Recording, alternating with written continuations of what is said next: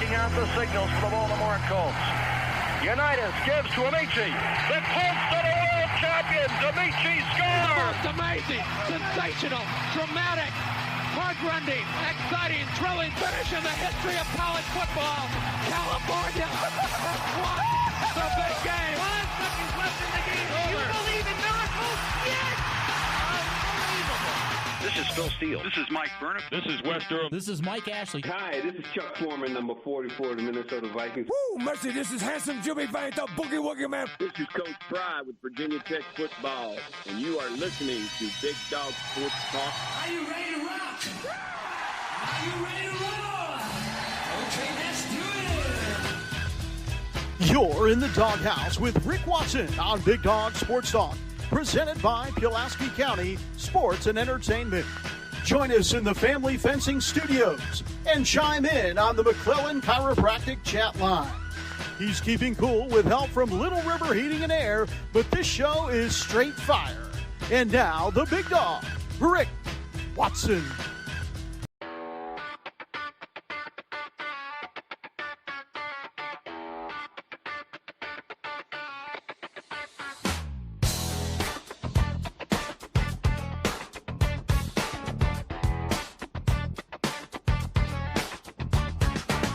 Rick Watson's got the mic, he's the big dog king. Cover sports so sharp, it's a New River thing. Virginia Tech fire, rapid pride too. Every stat, every play, he's bringing it to you. He's got that voice, deep as the valley, breaking it down, no dilly, no dally. Big dog sports talk, feel the bark.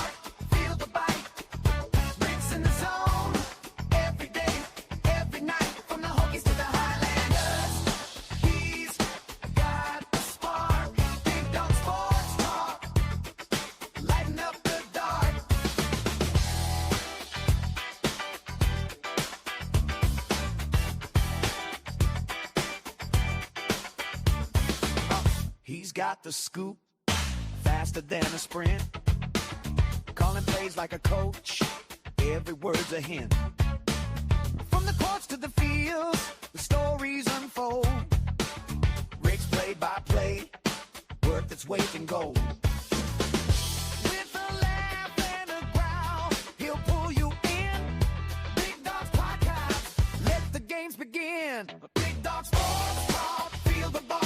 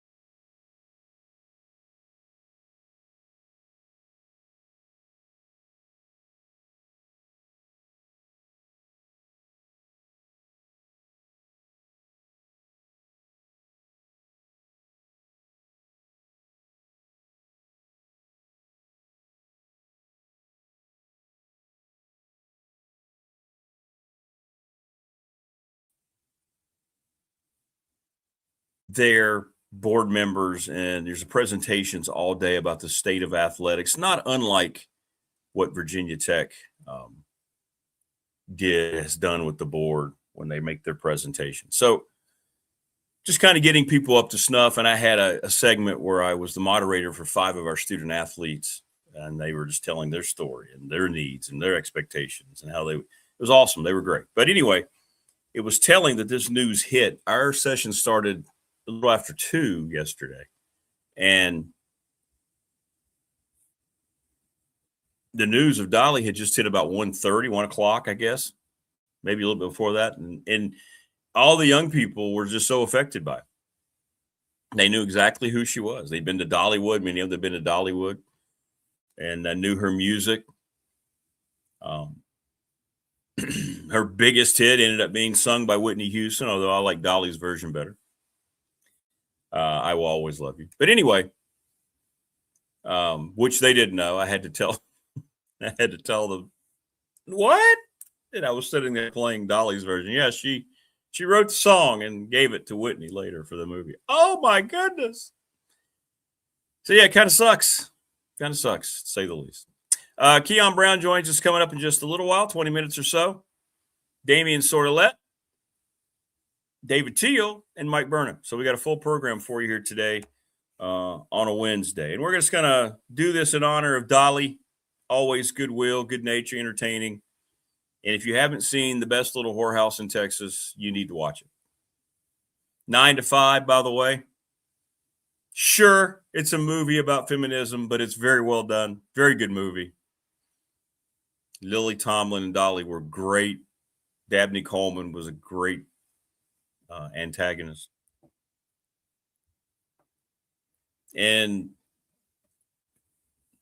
she looked great in Best Little Whorehouse in Texas. Just saying. She looked great. She did. So everybody is doing well. Please, by the way, regardless of, hopefully, yeah, if you're new, subscribe, like, and share our content here on the channel. It all helps. Trust me, it all helps. Thanks to Lawson's Mobile Home Supply, 300 on Franklin Street in Christiansburg. Give James a call, 5403-18011, manufactured parts for your home. The NRV Super Bowl, 5403-8255-25. Leagues are forming now. Kids' leagues are still open until September the 12th. Sundown Electric, one of the best electrical companies in the area, down in Ellison, the Smith Brothers. Wiring, you name it, they'll take care of it at a low, low price. ReadySetFund.com, BobChrist11 @gmail. And then check out the Ready Set Fund website. Professional Door Incorporated, residential commercial garage doors, family owned and operated, 40 years in business. 540-674-0008, sponsor of our text line. Hung out with Lara Ramsey yesterday at FanFest, National Bank member FDIC, the exclusive banking partner of BDST. Plus, she's also on the board at Radford, so her and her husband, Sean, were there. Great to see them. Ryan Pry, BDST fan question of the week, and it's been a doozy yet again. We've gotten over 45, like 47, 48 answers already. Who's the greatest NFL coach of all time? He's the attorney on 701 West Main Street in Radford Trust and Estate Plan. Little River Heating and Air, 1095 Radford Street in Christiansburg, 540-553-2971. Thanks to Brandon at Top Shelf Apparel. Thanks to everybody at the Montgomery County Chamber of Commerce. Don't forget their golf tournament's coming up September 21st. And we're presented each and every day by Pulaski County Sports and Entertainment. Had Tim Miller on yesterday. He was outstanding. Mark Hundley's outstanding. McClellan Chiropractic, 155 Walters Drive, and, of course, Family Fencing, sponsor of our studio here in Reiner, 540-200-8294. Good stuff. What's up, Barry? Hey, thank you, Barry Plays. Appreciate that. Means a lot. Miho, Scaredy Cat, please subscribe. No sound. Uh-oh. Tom Landry Geese says, has everybody got sound? Are we good? Everybody hear me okay? I hear me okay. I'm getting nothing that tells me we're not on. We good? Let me know. 20 straight winning. See, Tom, I know. Yeah, the opening. We got the opening. Yeah. Hey, thanks, Lance. Appreciate that, man. Yeah, 20 straight winning seasons, 5 Super Bowl appearances, 2 championships. Tom Landry was one hell of a coach. He was. And a really, really wonderful man, too. Tom Landry has several votes, yes. He does. There's it's going to be close. It's going to be fun to tabulate. I'll tabulate this. Well, hell, I'm busy. I probably won't do it till Friday morning before the show. Moore says Don Shula hands down. I mean, again, so many great coaches. It's a good question that won't have – it's going to have an answer, but it won't be the absolute answer. There's so many great NFL coaches of the past. Bill Parcells has gotten a few votes. He deserves to be considered. Bill Walsh doesn't have nearly enough votes. Chuck Noll only has a couple. Vince Lombardi's getting a lot of love. Belichick's gotten some love. Joe Gibbs getting a lot of love. We have a lot of Redskin fans.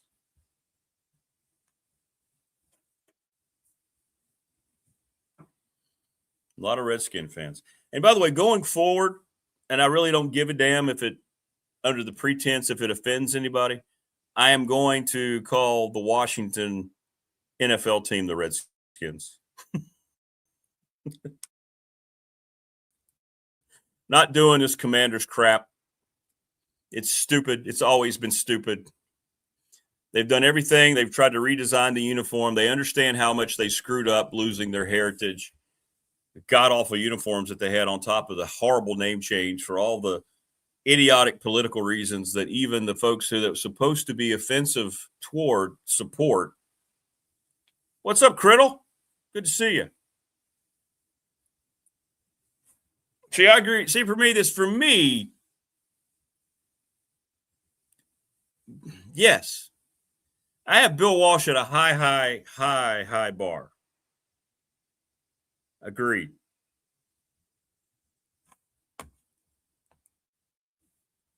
He changed offensive football forever. He took Sid Gilman's lessons from the 60s, and he took it to a different level. The whole West Coast offense.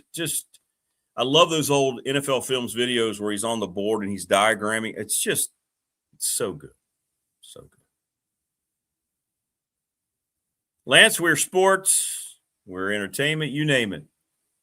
Welcome. Please subscribe, everybody. And I feel the same way about Bill Belichick. As Morris just said, it just bothers me. It bothers me that two of their Super Bowls, they blatantly cheated. There's not even a debate. They filmed their opponent twice, the Rams, and they filmed the Eagles. They got busted for that. In their warm-up, their walkthrough. That's cheating. And then, of course, the Deflategate. Then he didn't win crap without Brady. It's just because it's the most modern thing. It's like going to see a movie. That's the greatest movie I've ever seen. No, it's just the most recent movie you've ever seen. You'll settle down in a week or so.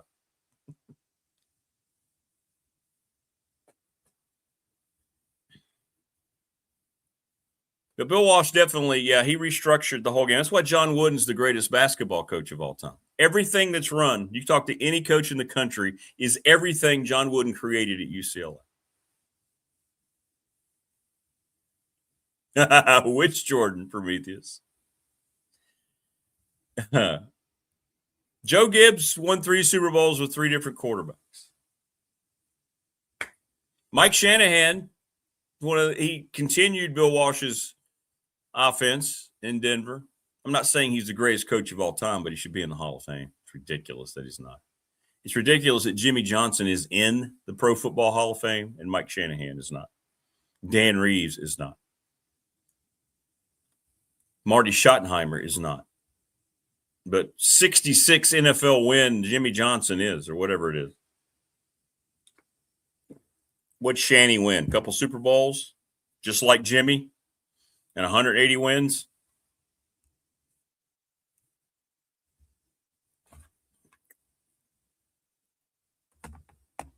People don't talk about it enough, but that was one of the most disgusting days. That may have tipped off the demise of the NFL. Remember the day they set up on each of the pregame shows, the Hall of Fame people walking into the Fox studio and Jimmy Johnson, and then they went in and did the same to Bill Cowher on the CBS. You're in the Hall of Fame. Oh my God. Bill Cowher's in the Hall of Fame before Mike Shanahan.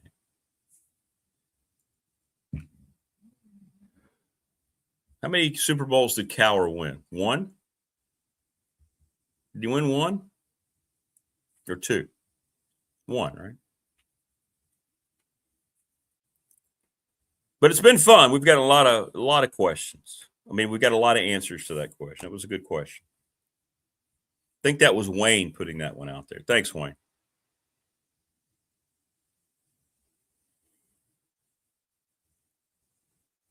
So yeah, I'm with you about Belichick. I get tired of hearing about. Did he change the game? Tom Brady, his quarterback, changed the game, right?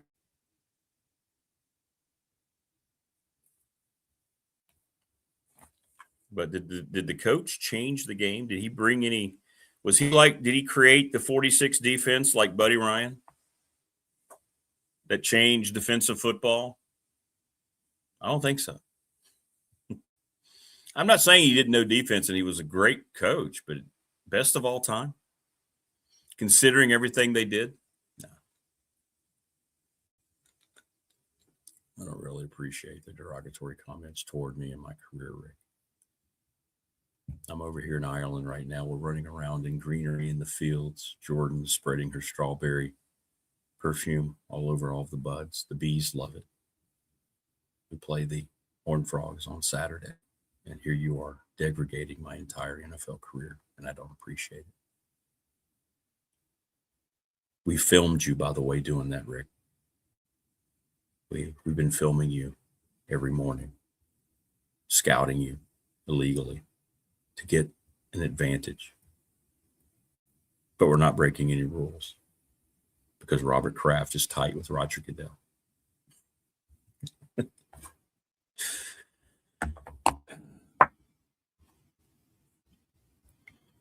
All I know is we're closer to having college football. We're closer to college football. Yeah, check my Windows. Yeah. Dude show up in Patriots hoodies. Prometheus says, I wonder why fans from Pennsylvania act like Tomlin wasn't a very good coach. Those fans are tough on coaches. Well, kind of apples and oranges with him and Franklin. But to your point about Tomlin, I mean, he never had a losing season. Now, did he win enough championships? Clearly not for Steeler fans. We'll see how they do this year with McCarthy. I think Tomlin is 1 year out, and then he's back in next year. He'll recharge the batteries. I think he joined. Is he not on the Sunday night show now on NBC? I think he joined that broadcast. I might be wrong. He's on one of them. But yeah, I've always thought a lot of Mike Tomlin. So does Coach Elmo. Agreed. Great coach. And we're not going to have guys who stay at one team for as long as he does ever again, probably. Andy Reid might be the last one just to stay somewhere where he's appreciated. Andy Reid's a Hall of Famer. There's no doubt. Mike Tomlin's a Hall of Famer. Gee says I could see him taking the Jets job. Yeah, if Aaron Glenn, there's already on the watch for Aaron Glenn. Yeah, he seems overmatched as a head coach. Really does.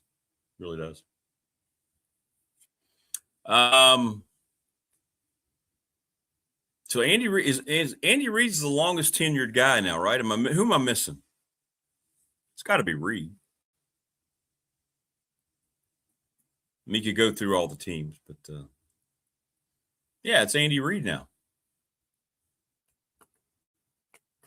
Hey, look, he's a heck of a football coach. He seems like a good dude as well. He's got a good sense of humor about himself. He's done a lot to innovate But again, when you look up at Patrick Mahomes later in your career, that's a place you want to stay. So it makes sense. Andy Reid's good for football. He is. He is. Good coach and seems like a generally good dude. He does. But that's going to be about it. You're not going to see that anymore in the NFL. You're not going to see the lifers. Yeah, his son's not so much. Yeah, good Lord. Wasn't there like a time there for about 4 months where one of them was already always in the news for dubious things?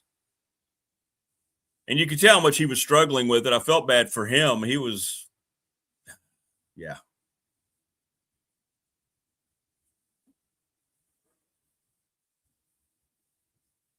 I think if anybody thinks the Chiefs are going away, they're wrong. Mahomes will be better than people think, health-wise, I believe. Chiefs will win that division again. I believe. I believe the Chiefs will win that division.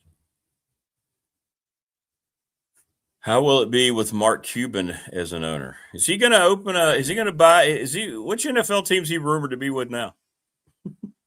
Is he still trying to do all that?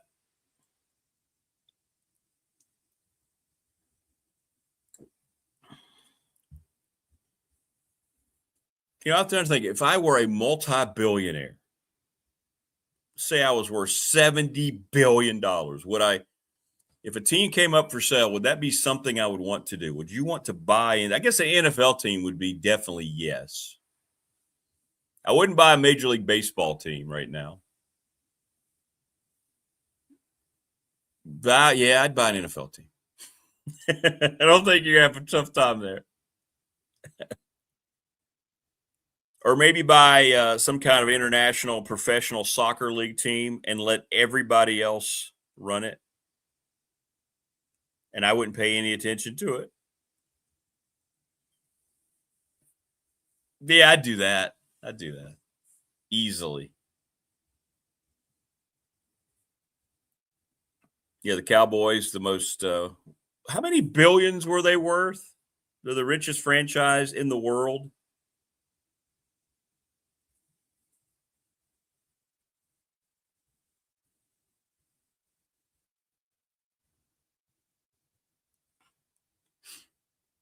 $15.5 billion. Good Lord. Jerry Jones bought the team in 1989 for what is it, $100 million? Good Lord. That's insanity. $15.5 billion. Wow. Doesn't even seem real. That's not real, is it?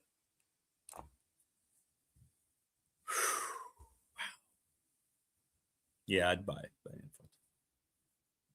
mean, all the owners are billionaires anyway.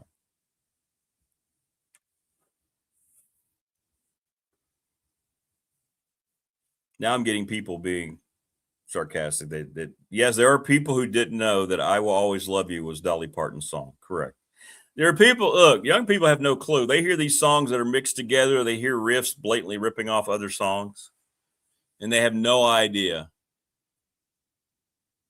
They hear, I say, yeah, that song came out in 1982. You realize that riff, that whole musical line came out 30 years before the singer was, and I use singer as a term loosely, was born.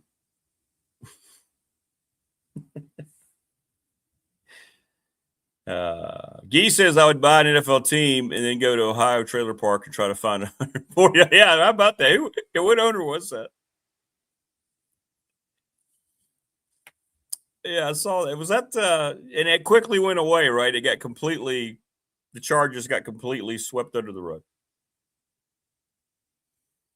Damian sort of let David Teal, Mike Burnip later today. We start off with this gentleman. He's Keon Brown. Oh, looks like he got him some brand new Radford gear. Oh no, it's the same thing. It's the same shirt from 2 weeks ago. It is.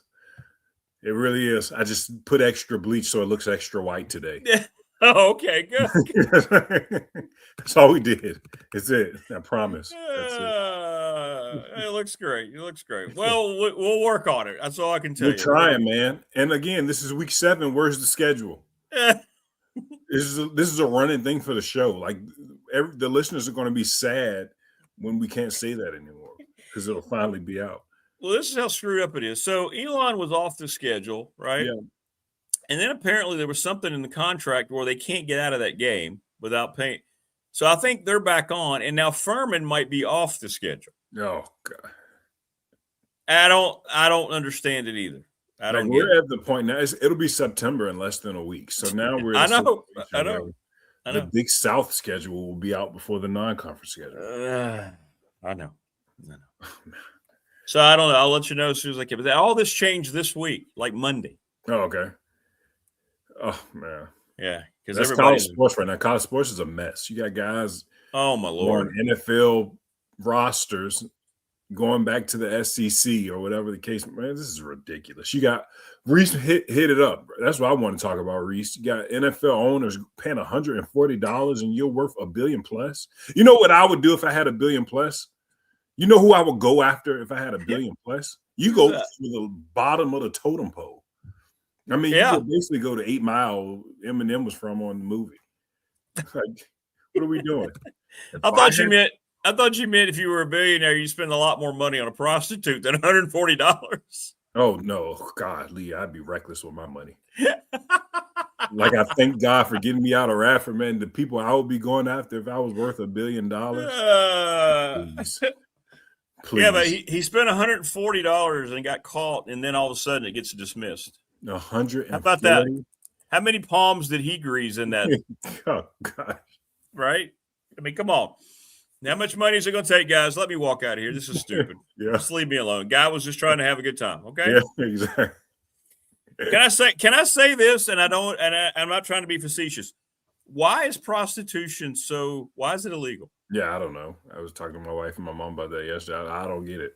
Why is it illegal? I just don't.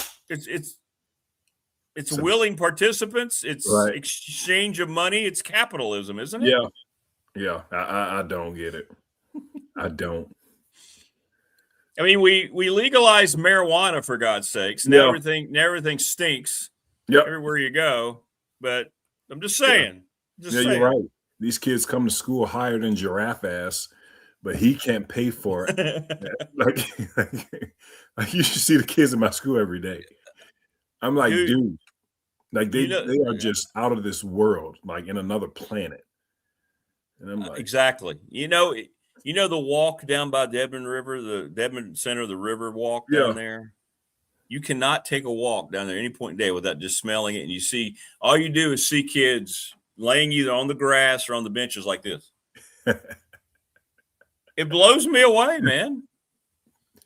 Did we create a citizen of junkies? Is this why we're having so many more car accidents? Accidents are up across the country. Gee, I wonder why. Yeah, no, there's no doubt about it. There's no doubt about it. But anyway. But the SEC came out and said they're not allowing the NFL players, right? They did something, right? They did, but what does that mean for Lane Kiffin, who's taken 2 of those guys already? Yeah. I don't know what that means. High school prospects, man, and all this. If the percentages were low at first, like it was like a 0.7% chance just to be a Division I basketball player. And now to be just a Division I basketball player, the percentages have gone down to 0.5 or something. Like it's like crazy. It's insane. I know. And they don't even get to the numbers of the power conferences. I'm reading the policy, but I don't know what this means. Does this mean LSU has to give those guys back? I believe so. I don't know. I don't know what that means. What does it mean for LSU? I don't know. Anyway, the SEC behind the Big Ten once again. The Big Ten had the first statement, and then the SEC comes out. It's amazing how quickly the power shifted from the SEC to the Big Ten. Yep. Right? No, it did, especially over the last few years when they added all the schools. But how hard is it for the NCAA to say, these are the rules, just go through them? Like, all right, guys are getting 5 years now. It's nothing I hate that, but it is what it is. All right, guys get 5 years now. You can't be over a certain age. There's a teacher in my school who played college baseball who's now he's 24 years old. He played 3 years ago. We can make the cutoff age 24. That's being generous. Yeah, that's being generous. So, like, how hard it is it to just say that? Let's put a salary cap for basketball. We'll say what, 10 million. And college football has to be a little bit higher as more players we get it. So, how hard is it to make these rules and just put them into place? Right. Well, because of all the legal challenges, and nobody wants to do it because they know they're going to go to court. That's what happened with the 5-year rule, right? This whole thing. Yeah, but at the same time, we got to agree to something. It can't just be the Wild West. I know. Nobody cares. Nobody 5 cares. years to play, 24 years old is the max. I mean, come on, man. Like, it's getting ridiculous now. Yeah. Yeah. Like, you got 28 years old playing this year. Yeah, exactly. But that's going to go through, and that's okay. Yeah. See, Morris is with us. Porn is legal and even praised in Hollywood, but prostitution's not. What's the difference? I don't know. It's a genuine question. I've never understood it. Yeah, but I'm still confused in this case when you're worth as much money as he is that you go that route. The access to the people that you have access to. I'm telling you, if you offer somebody $200,000, it won't do anything for you. Just put out some extra jerseys or something. I don't know. You'll get that back in the snap of a finger, and you will have the access to so many of the top tier people. Oh man. Yeah, I'm with you. That wasn't a wise business decision by the billionaire, was it? Jed York. The trailer park.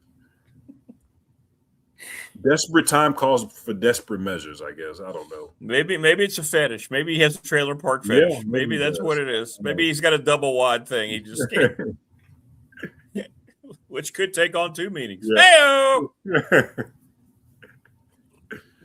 But anyway. You would have been proud of student athletes yesterday. We had a forum. We had 5. We had a representative from women's golf. We had volleyball. We had soccer, baseball, and track, and they were all terrific. And I thought about that and thought about, well, you and your class coming through and how I'm getting ready to enter 27 years in Radford and athletics. Everything sucks right now in college athletics, but seeing those 5 people up there and the way they answered it and what Radford meant to them, it makes it all worth it. We're one of the rare places because they're becoming more and more rare.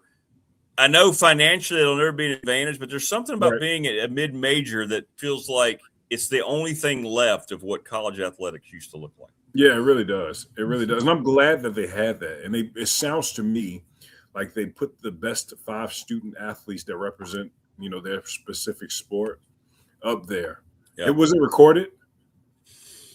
It's a great question. I don't know. We were there with the board all day yesterday and some of the big donors. So it was a room of about 40 people watching, when I was in there moderating it. I don't know. It's a good question. Yeah. I didn't pay attention. Yeah. We talk about it all the time, like the Big South. Every school, the community comes out and supports that program. It just does. You represent and I know you're playing for Radford. We'll use that example, but you're playing for the people in that community. You really are. You are. People wake up every day, work hard, go to work, bring their lunch, go home, and that's what you're representing. Those people who work so hard at what they do every day. And, that was the sense of pride that I had when I put the jersey on personally, and being out in the community, shopping at Kroger and seeing all of the people who would come to the games, and we can relate. And sometimes the folks would be scared to come up to them, like, don't be scared. Come on, man. I'm a regular guy. I represent you and I represent this place that I love so much. It's like a second home to me. When you have that sense of pride, it just makes it all worth it. And hopefully college can get back to a situation where they make rules and folks have to stay, and then they'll get that sense of pride as well, not just use it as a 1-year rental. Right. Right. Yeah. No, I'm with you. Which is what last year was. Let's just say it the way it is. No, that's all last year. Yeah, that's all last year was. Yeah. That's all last year was. Yeah. It's a 1-year rental, and we wish those guys the best, obviously, but at the same time, it just didn't etch in their soul. You talk about VCU and the rivalry of VCU and Richmond. Those players did not care last year. They didn't. Some of them did because some of them are from Richmond, but at the same time, the community cared more than the players did. That's what you build in the rivalry. So the Carolina Duke rivalry coming up, you got the Caleb Fosters who've been there 4 years. It'll mean something. 4 or 5 years. It'll mean something to him. But these newer guys coming in transfer, like a Neo Abdallah for North Carolina, it's not going to mean nothing to him. Doesn't mean a thing. It means something to the fans, and that's it now. Right. Even coaches, they're coming into these programs, staying a couple of years. They don't care about the rivalry. They know what it means to the fans, so they'll give lip service to it. But you think James Franklin cares about Virginia? Yeah. No, he's not worried about it. It's like, it's like the fan base cares, but the players, you're right. That's a great point. You're not there long enough to care. Yeah, the fan base of the bloodline, because when they start caring, it really goes out. And Duke, North Carolina, ESPN's got the ACC package, so they'll promote it as best they can to hype it up. But when the players don't care, that's who you need, because they're the product on the court. But that's where we are right now. Apathy. When apathy settles in, man, all else is just done at that point. You're just done. Yeah. But you're right. I mean, how can they get invested? They just hear about the name. And that was asked yesterday of the student athletes. We were asked, who do you look at in the conferences? Who do you want to beat? Who is it? Now, and everybody was trying. Everybody, I thought, they thought they would say Longwood, but they're not. You know who they're going to say in every sport. Right. It's High Point, because they're the best programs. Right. All across the board, they've been winning everything. Yep. So they were the team. They were the rival. And it was interesting to see the athletes talk about that. They didn't really care about Longwood. We lost our rival when Liberty left the league. Yeah, that destroyed Radford's natural rivals, didn't it? Yep. Absolutely. Yeah, that was it. And they're moving on to bigger and better things because they keep moving up, right? I know. Football did it. Yeah. Right. Yeah. Coastal Carolina. That was a great rivalry in our league. We had a good rivalry with them for a long time. It hasn't been a real Longwood rival since probably, 4 years ago? I think it was that time he almost got in a fight at the Joan Perry Brock Center. Yeah. And that was real. I don't know. It seems like the Longwood fans have tried to make it a rivalry, but Radford's fans, and that came up yesterday. And, you can go back when you were there as a student, there were a lot of reasons they said, the kids on campus, they think the jaunt from across where they are, across the bridge to Dedman or to the sports complexes is just too much trouble, right? Yeah. And that was brought up a lot. If you were a younger person, how would you react to a notification? That was asked. Let's say you were in college right now, KB, and you wanted to know about, say, a soccer game's going on. You might actually go, hey, I might get some of my buds. We might go hang out. We know a couple of those guys. What would reach you the most? Would it be an email? Would it be a text message? How would you get excited about something like that? Yeah, something's going to have to come through my phone. In 2026, it just has to. And then you're going to have to find a way to have your group of guys, your crew, to be willing to go. Isn't there beer at the games now? Basketball, yeah. There was basketball. That's just basketball. Yeah, I think so. Hopefully that'll help some. But, yeah, it's got to come through my phone somehow, some way. Phones are people's lifelines. They are now. Yeah, it's sad. You're right. You're right. It really is. You can't do anything without it. You really can't. It's your email, it's your social media, it's your text messages, your phone calls. It's everything in one. Your appointments. You can have a doctor's appointment through apps. It's like that's the world we're in right now. So if I'm, with the question that you asked, it has to come through my phone. Yeah. It can't be word of mouth. It can't be a flyer like it's 1993. It can't be an email either, because kids just, I don't want to see that. Exactly. So that was asked as well. Yeah. And they said that. They said it needed to be like a text message alert. Yeah. If I'm sitting on my phone, I get a text message alert. I might read it and go, "Oh, okay." Then it'll or Instagram. But what cures all is winning. Yeah. At the end of the day, win and folks will show up. I remember, we were winning my sophomore year, I think it was, and it was that big blizzard that came. It was pretty much nothing else to do. So everybody walked across the bridge and came to the game and played UNC Asheville. Yep. Remember that one? Yeah, that was the 20-inch. It was so packed. All students. They had to turn some students away. It was all students. Yeah, they closed it to the community. Yeah. Yep. It was insane. Yeah, that's right. They closed it all. It was an entertaining game, too. We won like 100 and something to 80. Like, it was a lot of scoring. So, In the Big South, it was a national televised game. It was. I think it was. Which is why it couldn't be moved or anything like that. Yeah. Yep. You're right. I just realized underneath your name there. Yeah. We need to add something. Okay. What do you want under your headline? It can't just be Keon Brown. Come on, we'll figure out something. We'll probably have to honor the GOAT LeBron since he only got 2 years.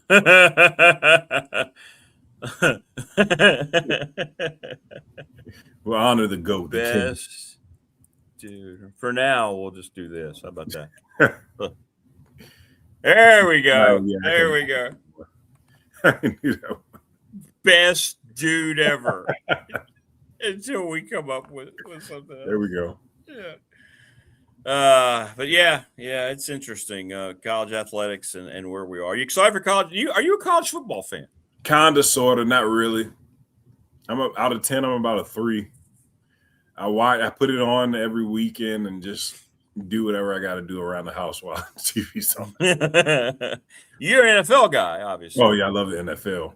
College, I get into it closer to the end, towards bowl season, conference tournament season, playoffs. That's when I'm really tuned in. That's fair. That's fair. Yeah, that's fair. Who do you think's the greatest NFL coach of all time in your lifetime? That's our fan question. In my lifetime is Bill Belichick. I mean, it's not even in my lifetime. It's not even close. Yeah, it's not. Who do you think all time? Probably Bill Belichick. Well, we were talking about that earlier. Yeah, I know people don't like the Deflategate, and rightfully so. You know, he's got a lot of asterisks there, but he does. A lot of asterisks. The ones that bother me, Deflategate's what it is, but the filming of the team's walkthrough before the Super Bowls, that's the one I don't. Deflategate, I really don't get too into Deflategate because anywhere you in basketball, just some preferences that was basketball. A lot of guys will take air out of the basketball. Correct. Mike Jones used to talk about all. Yes, that's a real thing. So I'm like, I see it. Maybe the fans don't see that, but that is a real thing. They will take that needle, stick it in that basketball, let a little air out, and then we play. That's why the coaches immediately go over to the basketball rack. Right. During pregame. Yeah. And they start squeezing the balls because they know what it's supposed to feel. Yeah, absolutely. Exactly. Absolutely. Yeah. So for football, I get it. I'll say that. Although I didn't play, I can relate to it with my sport, but yeah, it's got to be Belichick. You'd have been a good football player. Probably.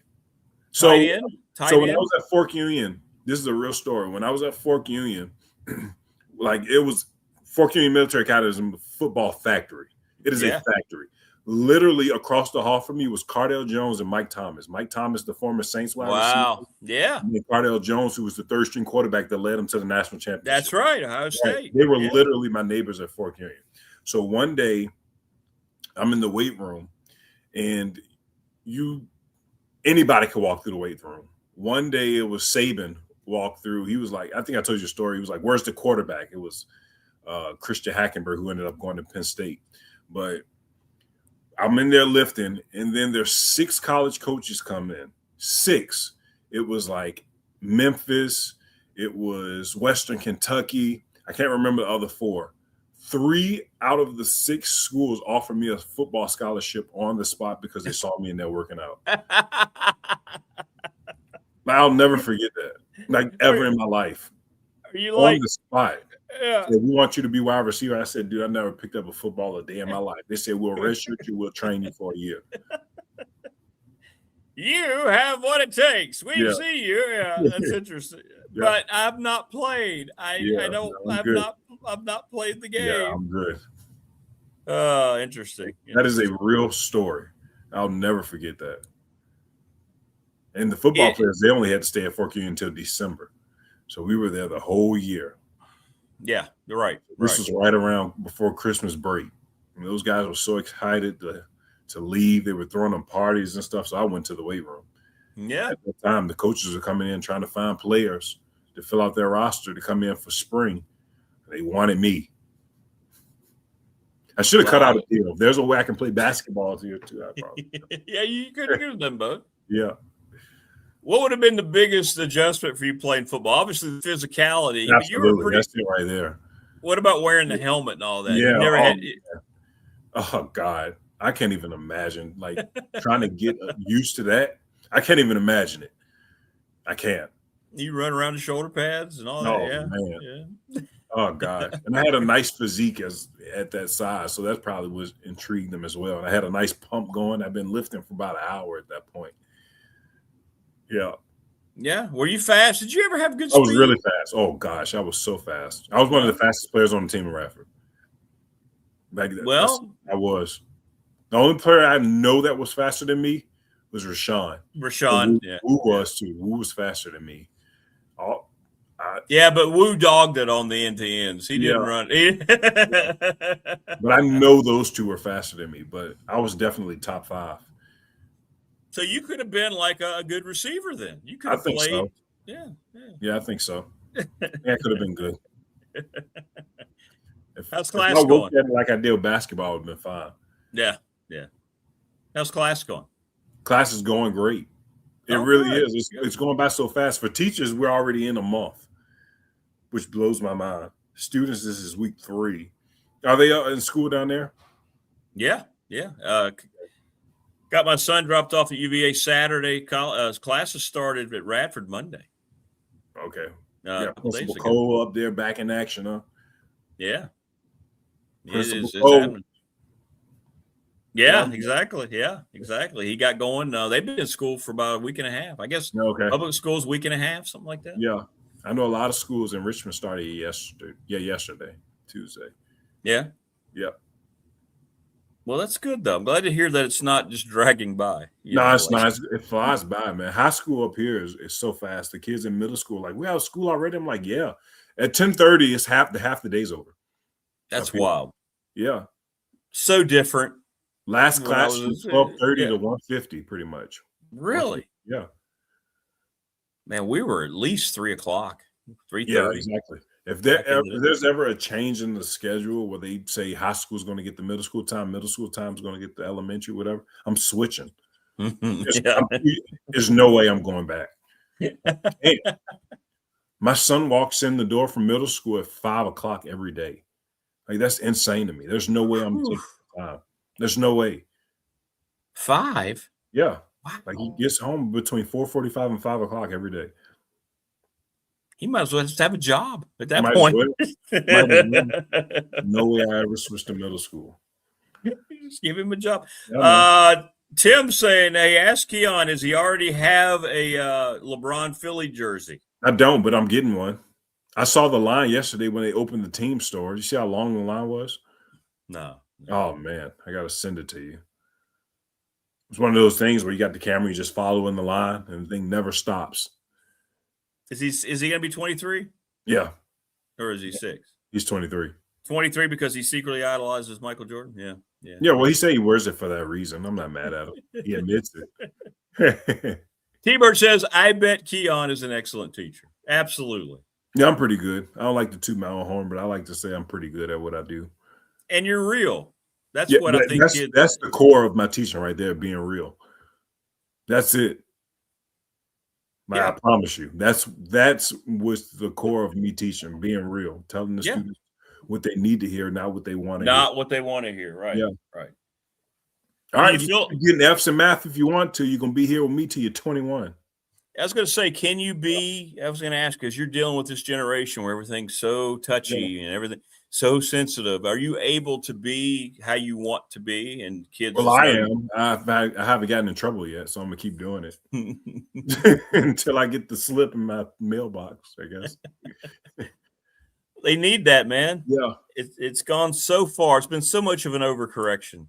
Oh, no doubt about it. And they don't care, no respect for authority. You don't have to respect me, but I'm going to treat you how you treat me. That's my Correct. thing. Correct. Yeah. And it's high school, so it's like you can get away a little bit more with it. Elementary school kids will cry. Yeah, right. You just got to deal with it. However you talk to me is how I'm going to talk to you. Yeah, right. Exactly. And the parents understand that. Yeah. Right? Yeah.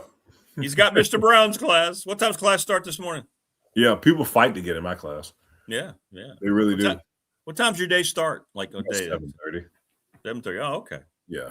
Well, we better let you go then. I don't live ridiculously far. That's why it's good too. Oh, okay. All right. Yeah.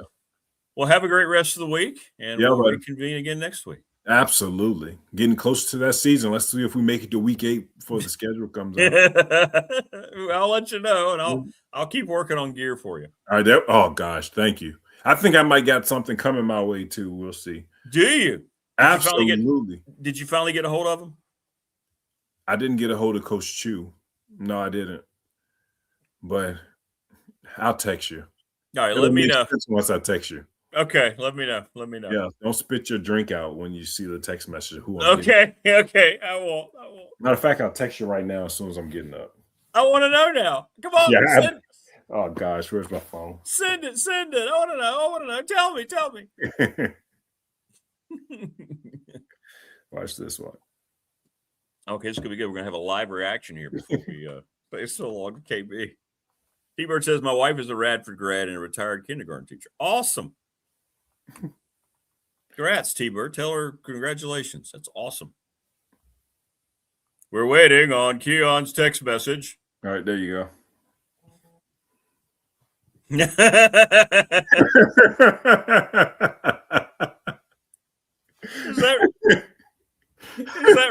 that real? That's a real thing. I promise you. I better not say that, huh? Yeah, don't say that. I got my insiders. I promise you it's real. That'll be the best thing I see all day. Yeah. That's funny. All right. I said, hey, I got an idea. That was smart. Yeah. That was smart. Yeah. Oh, man. Good stuff. All right, man. Have a great rest of the week. All right, buddy. All right. Take care. Stay safe. All right, buddy. All right, later. That was funny. Needed that, KB. Good stuff. Good stuff here on a Wednesday. Damian Sornelette joins us next here on the program. And then David Teal. We're going to talk about football weekend with David Teal. I'm not going to ask him about all this other crap. Well, I might ask him what's going on with this whole. Maybe I'll ask Damian too. I still don't understand what it means. So the SEC comes out with a statement like Keon talked about. They're going to ban pro players, and then you have LSU bringing in Daquan Wright, another guy. Do they get to stay? Are they gone? I don't know. It's going to be some kind of loophole, right? What are we doing? Is it state by state? This whole thing is such a convoluted mess. Here's a good question. Chase sent me this question. He said, so now with the passing of Dolly Parton, is she the last universally loved American icon?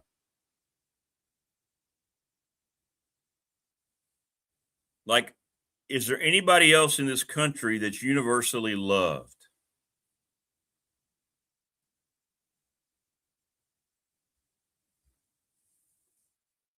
Entertainment, I mean, whatever it might be, actor, singer, certainly not going to throw in politician, athlete.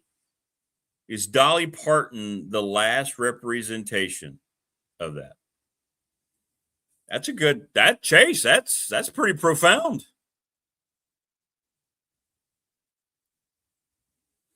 You might be right. You got to throw out anybody from the last, 20 years, because everything's tied up in politics. Universally loved.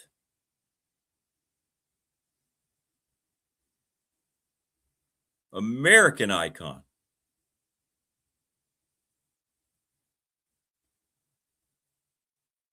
Denzel Washington?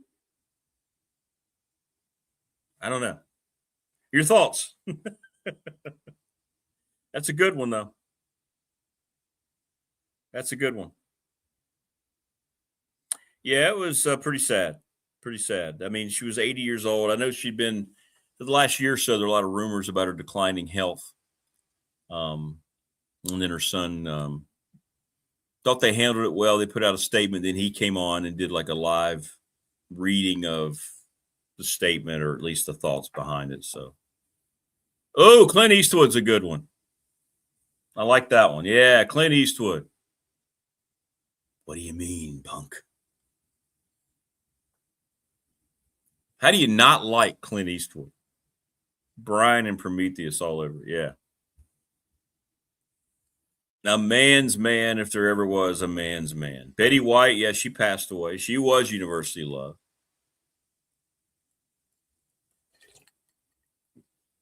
Michael Jordan, set by Keon.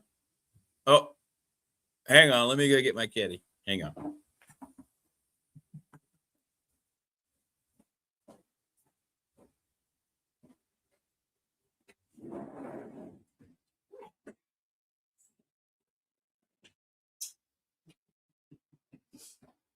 Yeah, it was beautiful.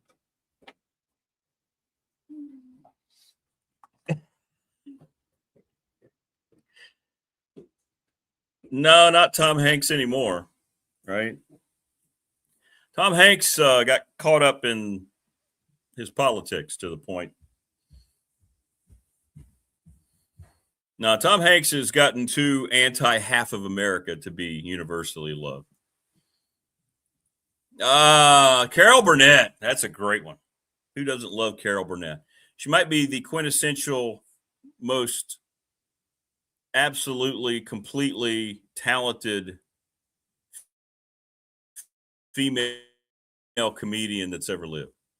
Brilliant, genius, Carol Burnett. I'm with you on that. Clint Eastwood, Carol Burnett would be my votes. I like that. Yeah.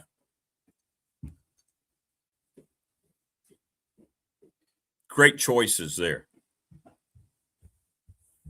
Great choices there.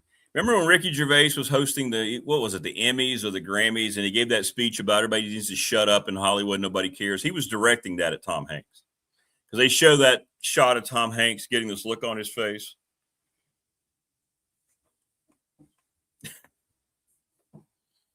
Yeah. Dolly Parton was universally loved, but she also universally loved everybody. Yeah, that's true. She seemed to have a genuine, didn't give a damn about.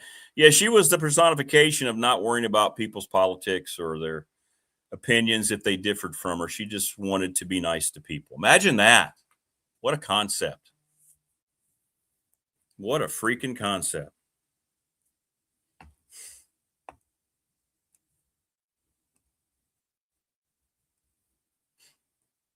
What a concept. I think those are good choices. I would put Denzel in there. Yeah, Morgan Freeman. Morgan Freeman's a good one. So we got what? We got a good 4 or 5 in there. Joining us now on the program. Maybe that person's Damien Sordelette who joins us now. Are you universally loved in this country? That would require people to actually know who I am.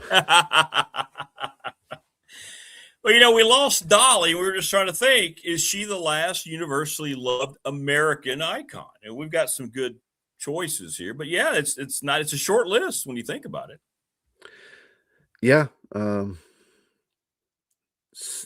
Something along your past people are going to disagree with. So, yeah. But I think Dolly was universally loved. You can make a case with Morgan Freeman. You can make a case with probably Denzel Washington. I agree. Yeah. Clint Eastwood. We put Clint Eastwood in there too. Yeah. Yeah. But yeah, the list is not very long. No, it's not. It's not. David Teal. Yes. There you go. All right. So what did we learn this week from Virginia Tech football as they prepare for this spine tingler of an opener as VMI? Bill Davis' injury is a little bit more severe than what we thought it would be, even though Franklin didn't address it. He did in a roundabout way, saying Messiah Mickens and Tyler Mason are battling for the number 3 running back spot behind Hawkins and Overton. And the winner of that battle is going to be whoever has the more significant role in special teams, which means one of those two is battling to be the kickoff returner. So Tyler Mason has done it. But I can understand why Mickens would be involved because he was a 4-star kid and it's got some pop. Franklin did say Mason has been one of the more improved players, but Mickens was still the number 3 guy going through drills. behind Hawkins and Overton. So unless something changes, I think Mickens is going to win that role. On the defensive end front, they feel like they're in a better spot, even though Sam Okunlola is the only one on there who has any sort of substantial experience. They really like Cortez Harris and Malachi Williams. Franklin brought them over from Penn State. Add with Javion Hilson, Asen Stevens, maybe even a Jason Abbey. I mean, I think you're in a good spot there. Time will tell, and they need some game reps, not just against VMI and the triple option. Need to see them against ODU and early on in the season to see if that is a position that can be good for the group this year. How big of a loss in the overview of the things are with Gabe Williams? What does the staff feel about that? Yeah, when you have a guy who you were projecting to be in your two deep and you'd feel good about, that hurts. And Franklin did mention he was factoring in. They were playing on him being part of the rotation, and then all of a sudden, now you got to shift Sherrod Cole down to that Sam linebacker position, which, to be honest, might be a good move for him because that might get him on the field because he wasn't going to get on the field at safety. He was the number 3 nickelback. But you move him down, and I would say the way Franklin talks about how much nickel they're going to play, having someone with a safety background there at linebacker doesn't hurt. I mean, they moved Caleb Spencer from safety to linebacker, and granted there was a few missed opportunities in 2024. I'm thinking one in Syracuse in particular where he came on a blitz and where he was supposed to be in coverage was wide open, and that was a big gain in the fourth quarter that led to Syracuse's comeback. But yeah, it seems like they're going to shuffle things around to make it work. But yeah, big loss. You feel bad for the kid. Yeah, especially with what he went through in 2024 with the freak injury to his left knee, losing his dad. Yeah, that's the thing. You do feel bad, especially when they've gone through something, they've come back, and then it happens again. Just. Now, I will say, it looked like it was his right knee. He was on a scooter yesterday. I think it was his right knee. It was his left knee that he tore up in 24. So it was his other knee. Didn't get a really good look. I'm assuming the next time we'll actually get to see him will be at the game against VMI when he's on the sidelines, and we'll get a better idea of the severity of the injury or what it looks like. But it looked like he was already in a cast, which means he's had surgery. So we'll see what it looks like. Mark asking you, Damian, through our professional or text line, do you think that battle for the number 3 running back spot could be decided in the VMI game? Would they wait and see how those guys handle? Because I guess he's assuming, Mark's probably correct, they're going to get a lot of reps probably as the backups in that game. Yeah, I could see that happening. I think you want to get it set by game 3 because you're probably only going to travel 3 running backs, depending on what the situation is. So that's why that number 3 running back is crucial, because if you're going to be on special teams, you're going to be on the travel roster. So I agree with you that we'll probably go through the first 2 weeks. Okay. That battle. That way, because it is home games and you haven't set your travel roster yet. Franklin did say the players who are on the scout team, or as they're calling it now, the developmental squad, have been told that they are on the developmental squad for week 1. He said that's not a permanent thing. And as we know, with injuries and everything, you can move up to being in the rotation. Yeah, I agree. Week 1 and 2 will probably be good auditions. See how they do. You probably might give them both opportunities at kickoff and see how they do. So that's a good conversation like Franklin's going to have with Doug Shear and Norval McKenzie in terms of determining what the pecking order is and who brings the most value to the team and who will travel. Right. Yeah, there you go, Wayne. Wayne summed it up. Gabe's had it rough with injuries, losing family since he got here. Feel awful for him as a really hard. Yeah, kids are struggling with so many setbacks every day. It's just a different time, and that's the kind of thing you got to be really, really sympathetic toward Gabe right now. Yeah. So, hey, nice piece. You wrote a good piece about the cornerbacks and the injuries from a year. Health's got to be the key ingredient to the secondary, right? Oh, yeah.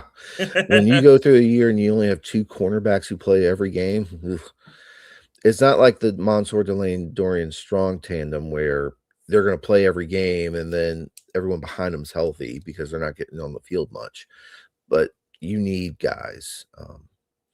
Franklin did praise Josh Clark yesterday, and that's expected.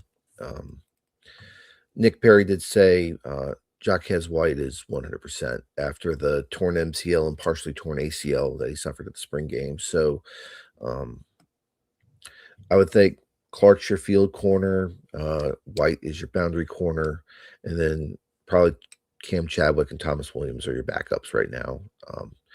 With the amount of nickel they're playing, Isaiah Brown Murray is more likely going to be slotted there just because it suits him better. You get 2 bigger corners on the outside in White and Clark. And having that rotation, especially with Chadwick and Williams, allows Deloach, Polydor, Wosley, and those guys to develop. And I feel better about the cornerback room this year. But need to see it. I mean, you can't give up 67% completion percentage this year. You just can't. Yeah. And you got to get more than four interceptions. So we'll definitely see how that goes. What do you perceive? Now, we saw what Brent Pry's defense was supposed to look like through Chris Marr, but what kind of personality is this defense going to have, your best guess? What are we going to see? Do you go back all the way to when he was, the co-coordinator at Penn State, or do you look at what he's done at Tech, or is it going to be kind of like a combo of both? I think combo of both because he's picking up some things that Sean Spencer learned in the NFL, a few things like Anthony Midget during his time in the NFL. It's an attack defense, single gap, limited responsibilities. Your gap, go after it.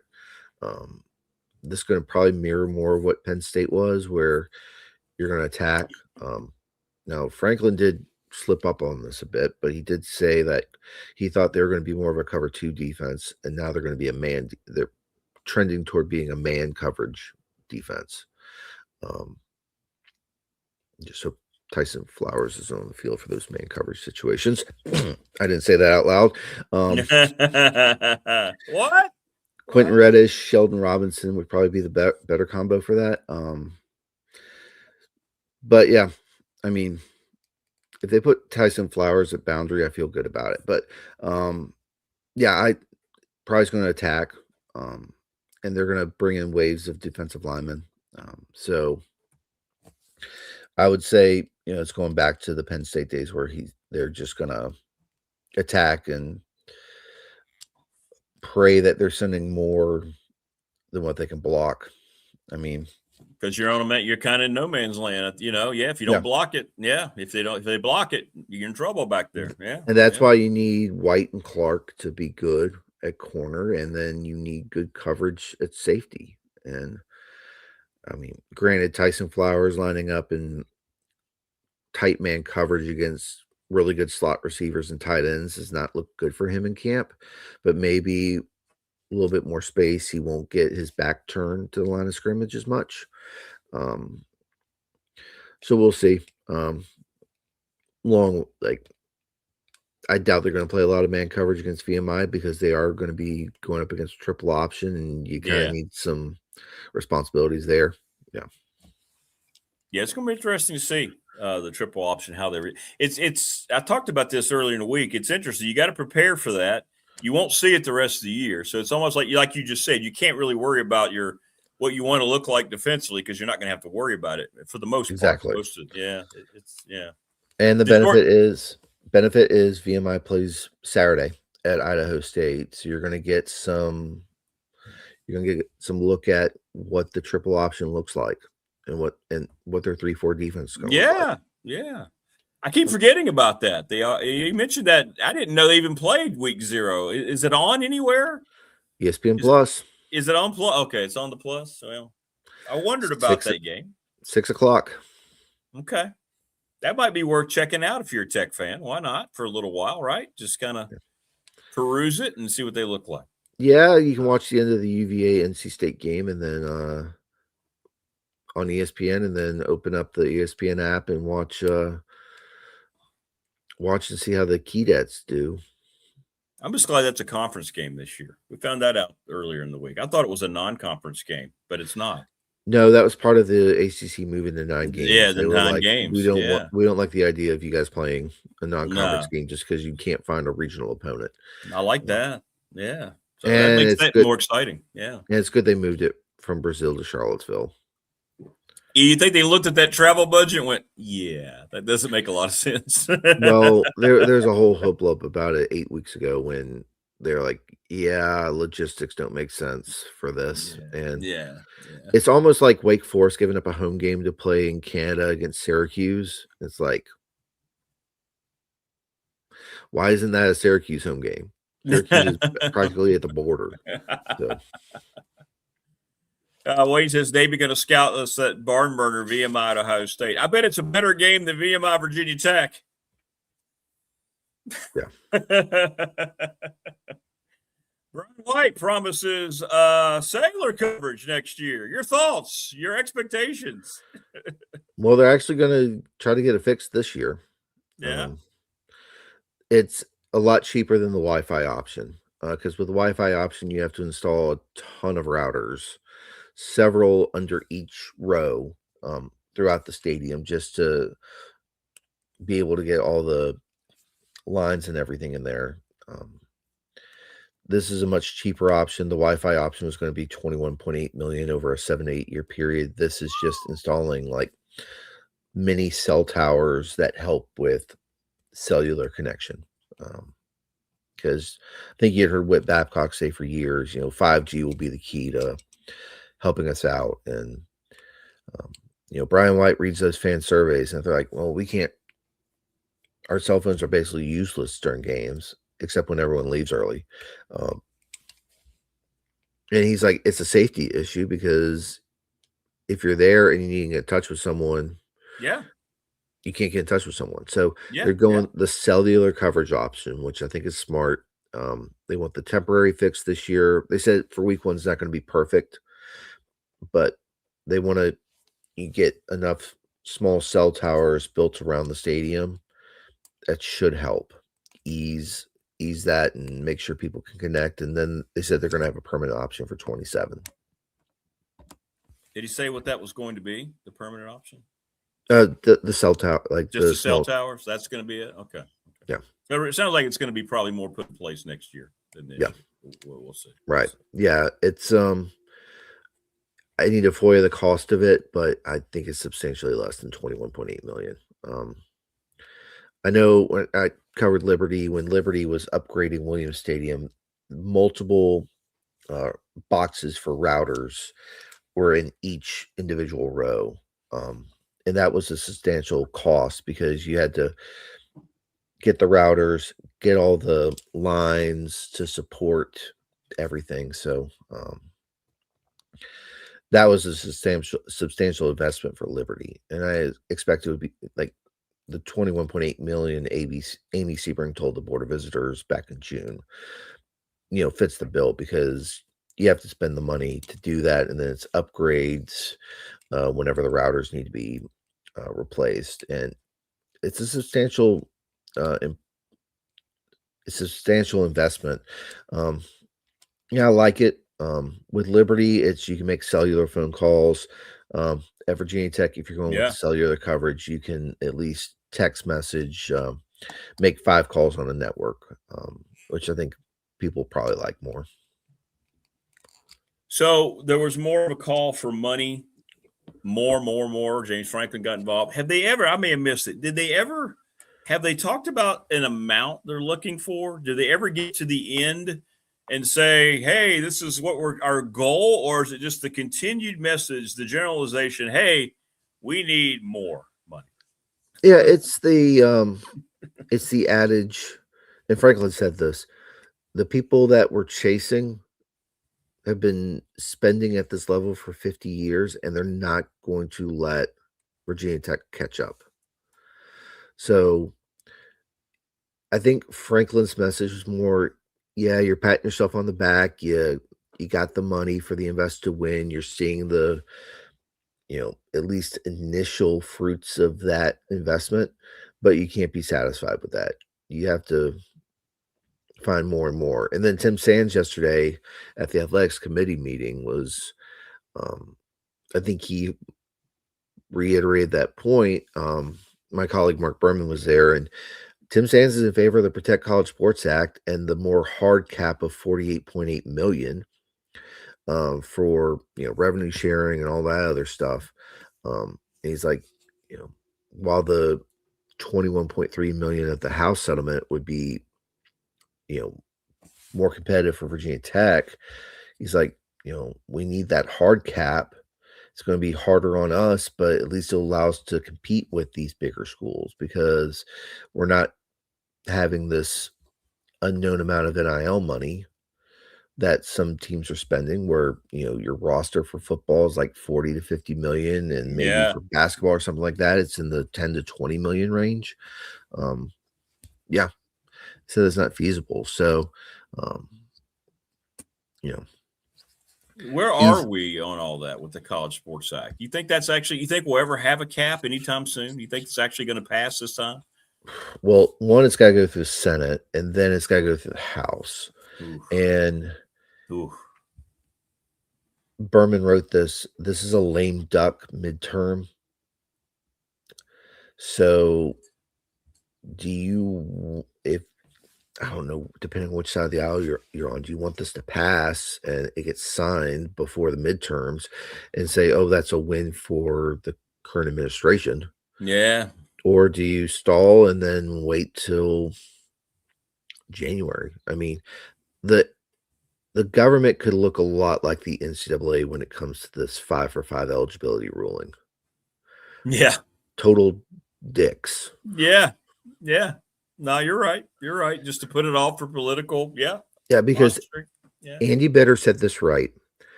The NCAA waited until the players who the class of 22 kids exhausted their eligibility for this year and made the decisions. Hey, we're going to go pro. And then the NCAA is like, oh yeah, we got the 5-for-5.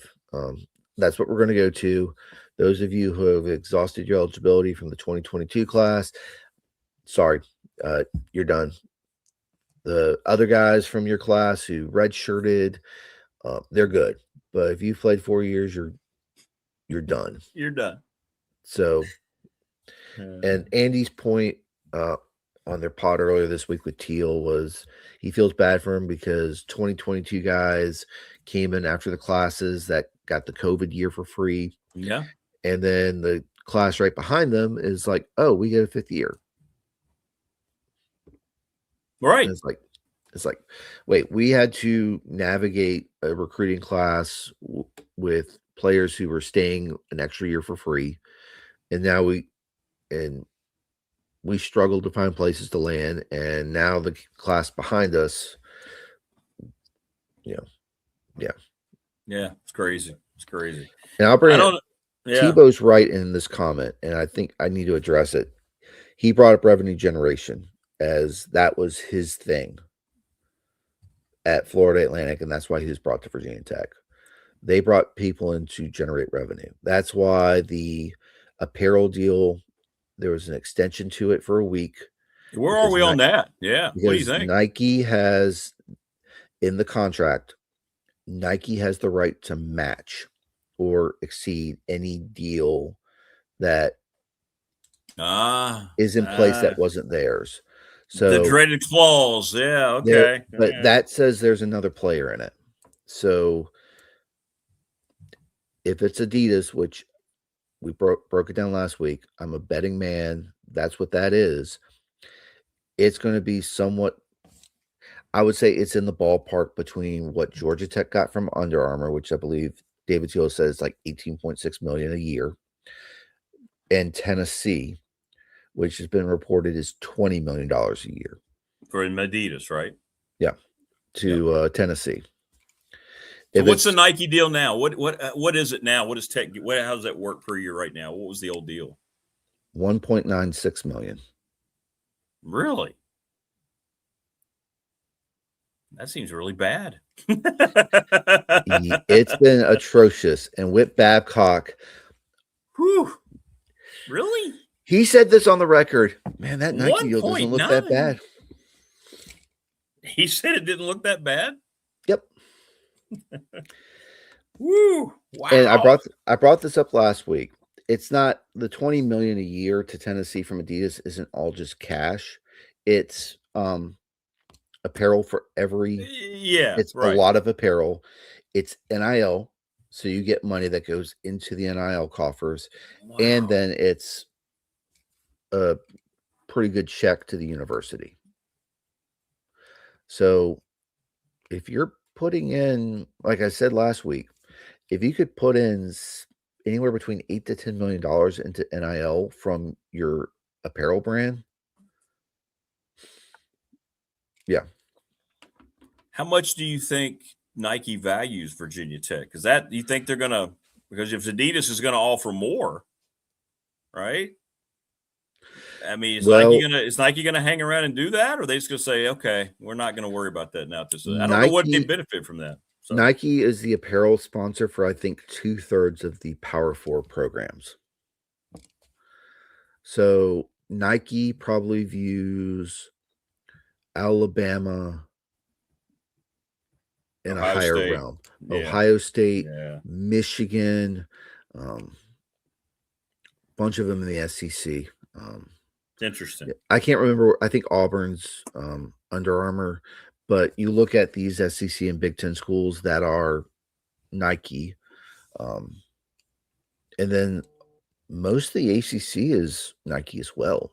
I think the exception would be Miami is Adidas. I mentioned last week, Boston College is New Balance. Yeah. But I think the rest of the ACC is Nike. So if you get a chance for Adidas to come in with a big time offer that's somewhat comparable to what Tennessee got, and you get close to $20 million a year, you take it. And Absolutely. And Nike's not going to come anywhere close to matching that. So yeah, I like that. You know what Adidas stuff is to me is Nike stuff. The clothes is there. We're a Nike school at Radford. I don't know how much trouble we have keeping our gear, and it's not made very well. It's all made overseas, and it's cheap. I'm just going to say it right now. It's just cheap. Yeah, but I think one of the commenters last week mentioned how Adidas had just gotten a shot in the arm with, like, I believe, private equity or something like that. And however you want to interpret that, but Adidas is making a play on college sports, and if you can grab someone like Virginia Tech, a brand with James Franklin, yeah, you go for it. Because I also forgot Oregon's a Nike school, and of course, that's one of Nike's big brands. So I don't think Nike views Virginia Tech as a big brand. I mean, how long did it take Nike to get anything close to anything right for Virginia Tech colors? It took them a while. Adidas would probably be best suited to get Chicago maroon and burnt orange correct for that. Adidas has got some impressive partnerships. Yeah.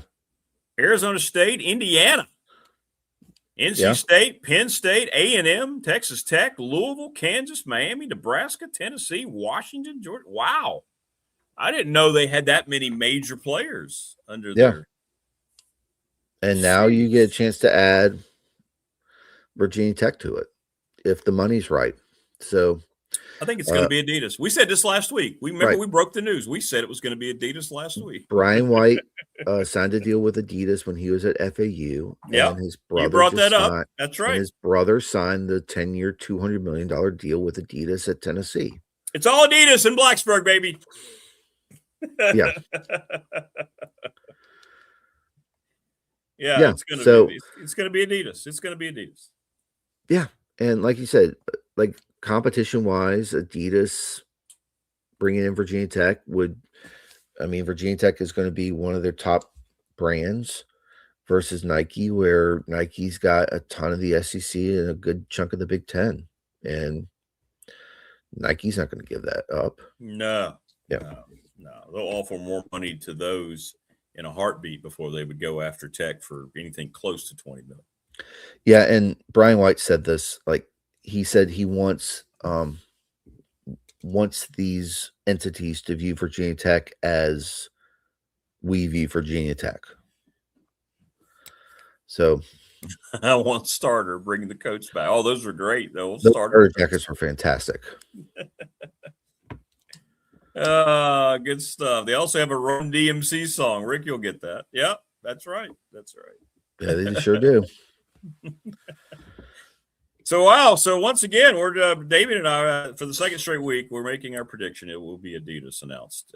They said what? Yeah. Next week now? It'd be Monday. Month, right? Monday? The extra weekend's Monday. So, who knows? James Franklin might address us at the press conference, and then Brian White may come up and be like, Adidas. Yeah, come out. He comes out in a brand new. Hi, everybody. I have an announcement. Yeah. Take off the Nike gear and you show off the Adidas gear. Just like on signing day. Yeah. That deal won't go into effect till the 27-28 year. Rip it in half. Yeah. Oh, that'd be good. That'd be smart. That'd be fun. They should do that. Exactly what they should do. I did see someone asked about who's the starting left tackle. Yeah. Brandon asked that. Yeah. Me thinks it's Justin Terry. Okay. Now, I say that because we haven't seen 11 on 11 or the offensive line working in like a 5-man unit all camp. So we're going off that Logan Howland in like some individual drills yesterday. The groups of 2 was working next to Brody Meadows, and Brody Meadows is your starting right guard. So Logan Howland was getting reps over with your right guard. And I saw Justin Terry working exclusively with Laith Gannum. I think it's Terry. Now I can be wrong, and it ends up being Howland. And they could move Howland to right tackle, and then you have Montavious Cunningham as the swing guy, of a guy who can fit in a guard and guy who can fit in a tackle. So it'll be interesting to see how it plays out. Again, the offensive line seems like you have more options now, even with Johnny Garrett being out. So I would say, yeah. Damian Wayne says, I know we look bigger, but have we looked faster? I'd say in the wide receiver room, we were kind of struck by how fast Quayshawn Brown was in the spring. Davion Brown looks every bit as fast as Quayshawn Brown, and he is fast. And one thing we noticed yesterday is that he was the 4th wide receiver through in drills, and James Franklin sort of reaffirmed that it seems like Fat Red is going to be a factor this year at wide receiver. And that means he's past Keelan Adams and Chance Wiggins and Takai Heath and Luke Stewie and those guys, which shows you they really like him. And from what we've seen, he gets behind DBs very easily. And he's a guy who could factor in at punt return or kick return. So I think this group is faster. Overton is fast. Haven't had a chance to see it, but I don't think he's lost a step. I think this team's going to be faster. And the way they play defense, like I mentioned earlier, with single gap, attack mentality, it's going to be a faster group.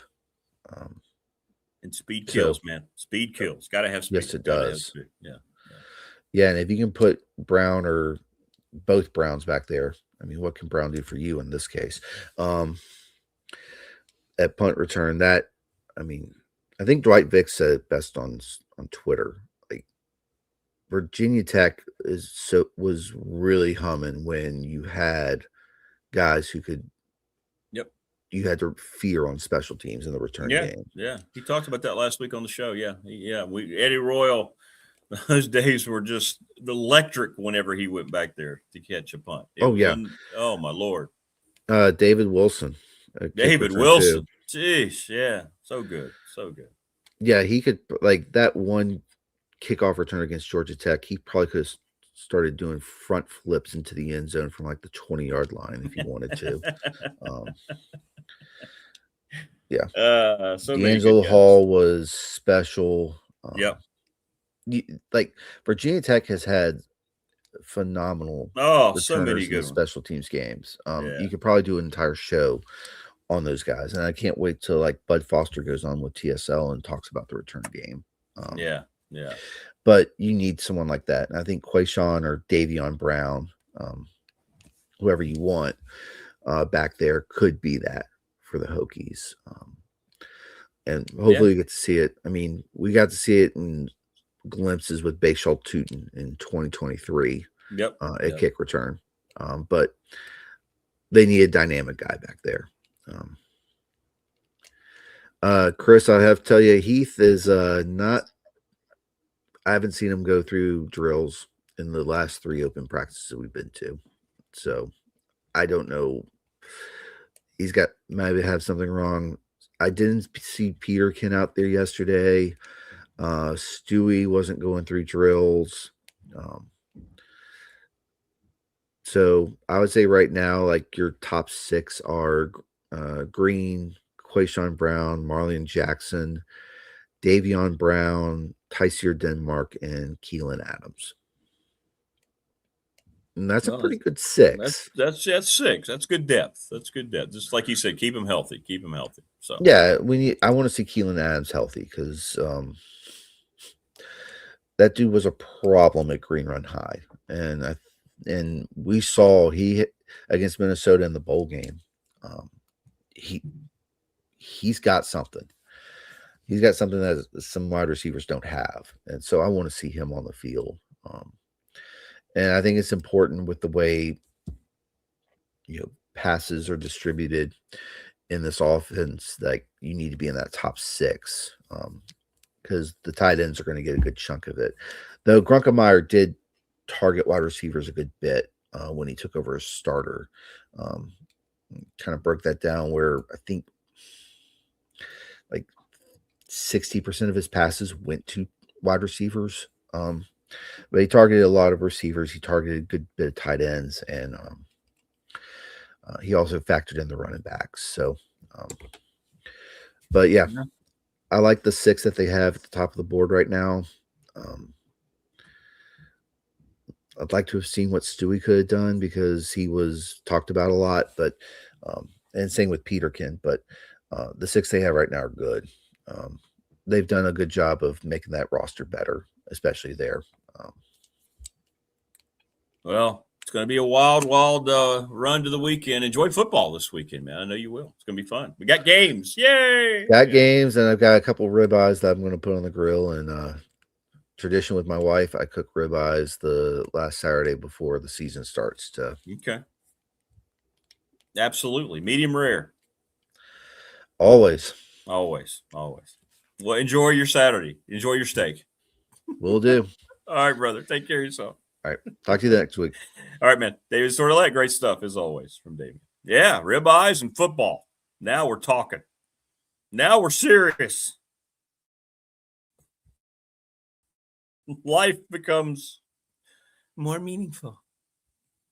Mike Burnip a little bit later. David Teal here in just a moment. Good info as always from Damien. Good interaction from our peeps here on BDST. Subscribe, like, and share if you haven't. It's important to remind people, if you go back and watch any of it, or if it just comes up, just go back and like. We need that. Likes are big in their whole dynamic. Thanks to Family Fencing, sponsor of our studios, McClellan Chiropractic, our chat room, Professional Door Incorporated, our text line. We're, of course, presented each and every day by Pulaski County Sports and Entertainment, Little River Heating and Air, the attorney Ryan Pry, Trust and Estate Planning, our BDST fan question of the week, National Bank, member FDIC, Ready Set Fund, Sundown Electric, the NRV Super Bowl, and Lawson's Mobile Home Supply. Let me go interact with the feline here and get him back outside, and then we'll rock and roll. Talk amongst yourself right before Teal joins us. Everybody.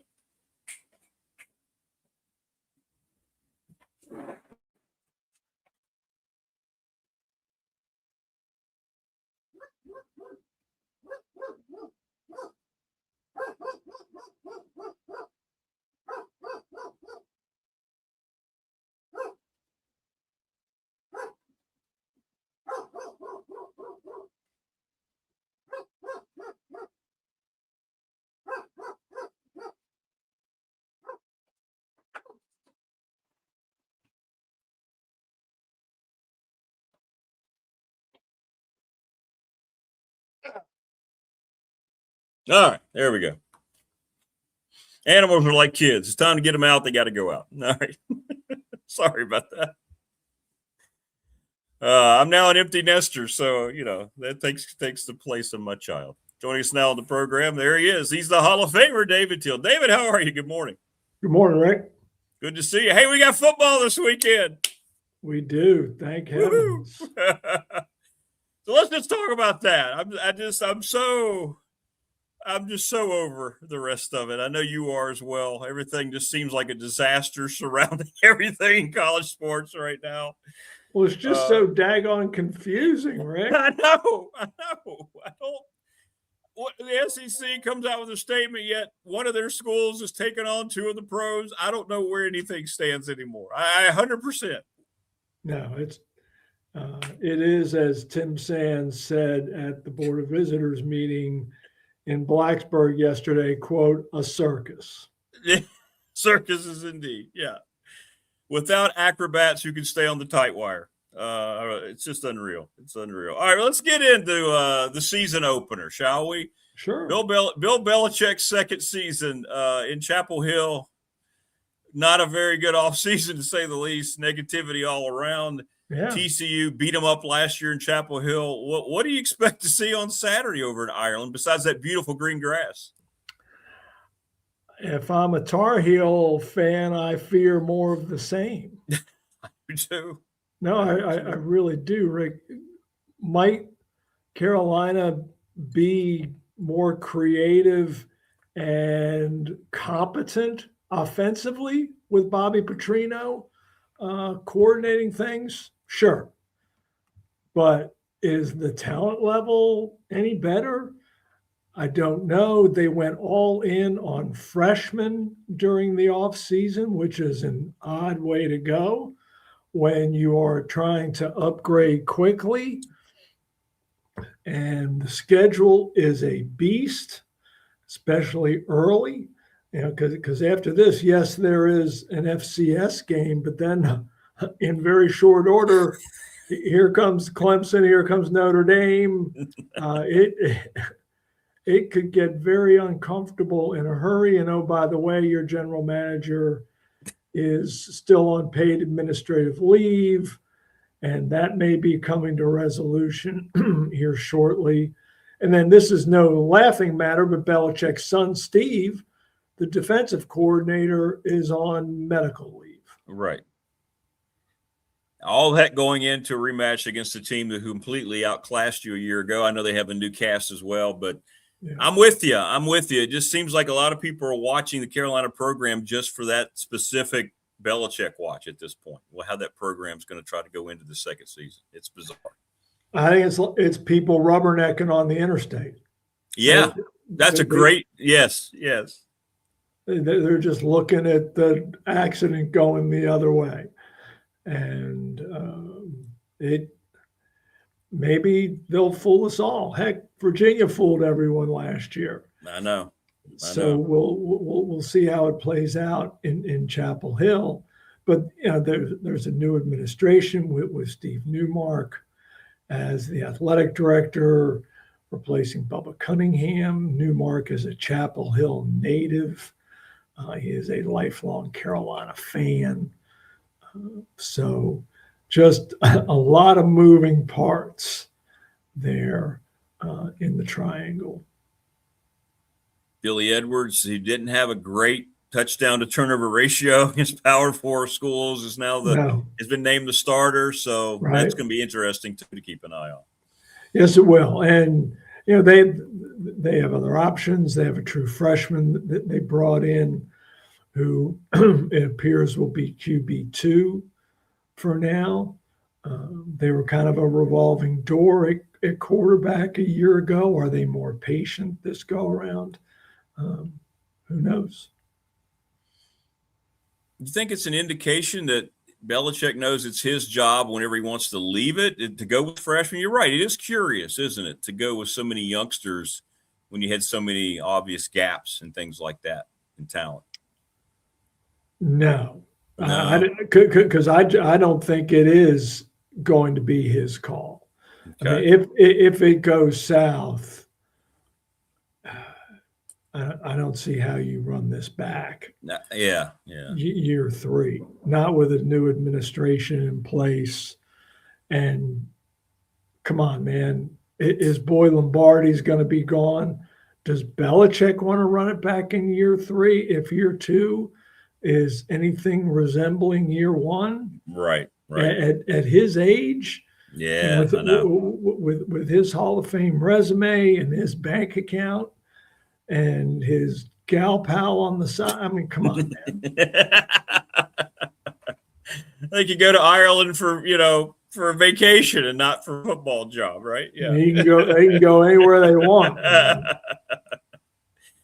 Well, the one I'm generally excited about, especially now that it's a conference still, this Virginia NC State game, man. It was a great game last year, and we're going to find out early about 2 of the programs that have, a couple of the easiest paths in terms of who they miss at the ACC schedule. Rick, I firmly expect the winner of this game to leave September undefeated. Wow. And I just think that's the way the schedule lines up. Now, but both have Power 4 as mandated non-conference opponents. The Wolfpack goes to Vanderbilt, and the Cavaliers go to Charlotte to play West Virginia in a neutral site game. But I think they will win those contests, and then they can really start to dream about Charlotte and the ACC championship game. Well, what kind of we know about the new quarterback, the offensive line? You've talked about it. I mean, it's going to be pretty solid all the way around, maybe the best on paper in the ACC. Yeah. Tony Elliott, they just keep on going about their business, plugging in holes through the portal wherever it takes. I hear the defense is good. I know Filmation talks about they kept the coaches there. That's been the key. It's been able to keep that staff cohesive. This feels like this is now a program, isn't it? He's turned Virginia into a program, Tony Elliott. He has now to be, I don't know if it's not being harsh, but to be realistic, they have one season where they knocked it out of the park. And that was after 3 poor seasons. Can they sustain? That is, I think, the overarching question. But they are going to tackle that mission with the most experienced roster in the Power 5 or Power 4, excuse me.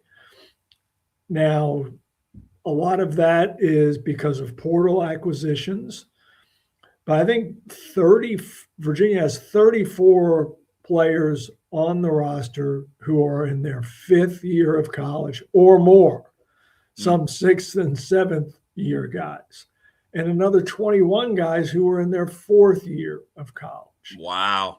It is the sport's oldest roster. Does that translate? I asked Tony Elliott yesterday, in fact, at his weekly presser, how that experience has manifested itself in training camp. And he said consistency, just consistency of approach. There have not been the normal ebbs and flows of a preseason camp that you usually see. He said this is a very business-like group that just comes to work and gets it done.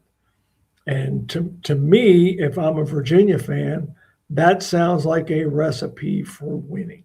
Yeah, it does. It does. I guess they've only had the one situation with the running back, right, that I can think of, talking about an experienced team like that off the field. Yes, so. and Tony Elliott did announce yesterday that Solomon Beebe is suspended indefinitely. He's still with the program, but suspended indefinitely.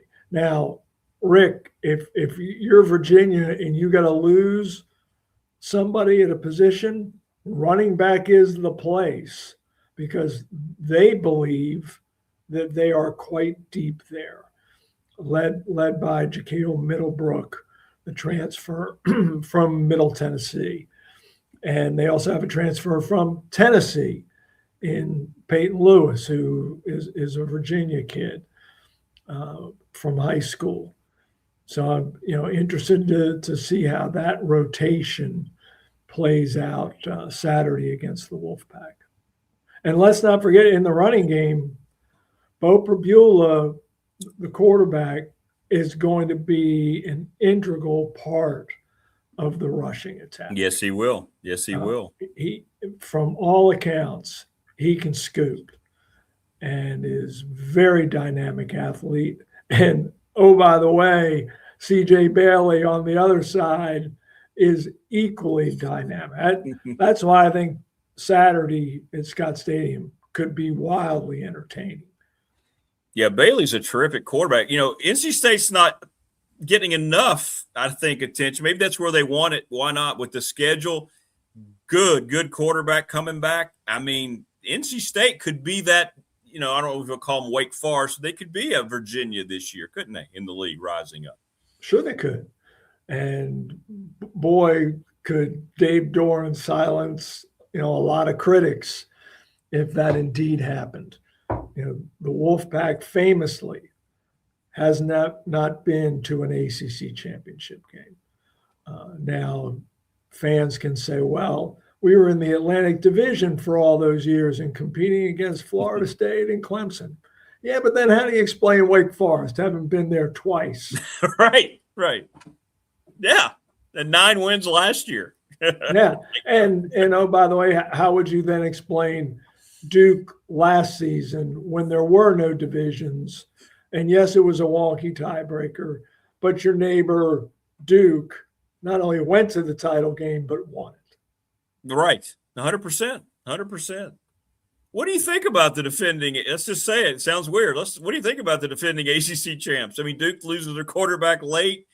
Manny Diaz, he's done a really nice job solidifying things, keeping it going. Mike Elko was, of course, turned it on his head. But what do you think about Duke and everything they've had to deal with? Can they just silently kind of be that team again this year? I have doubts. They've named their starting quarterback. No real surprise. Their last-minute transfer in response to Darian Mensah going to Miami.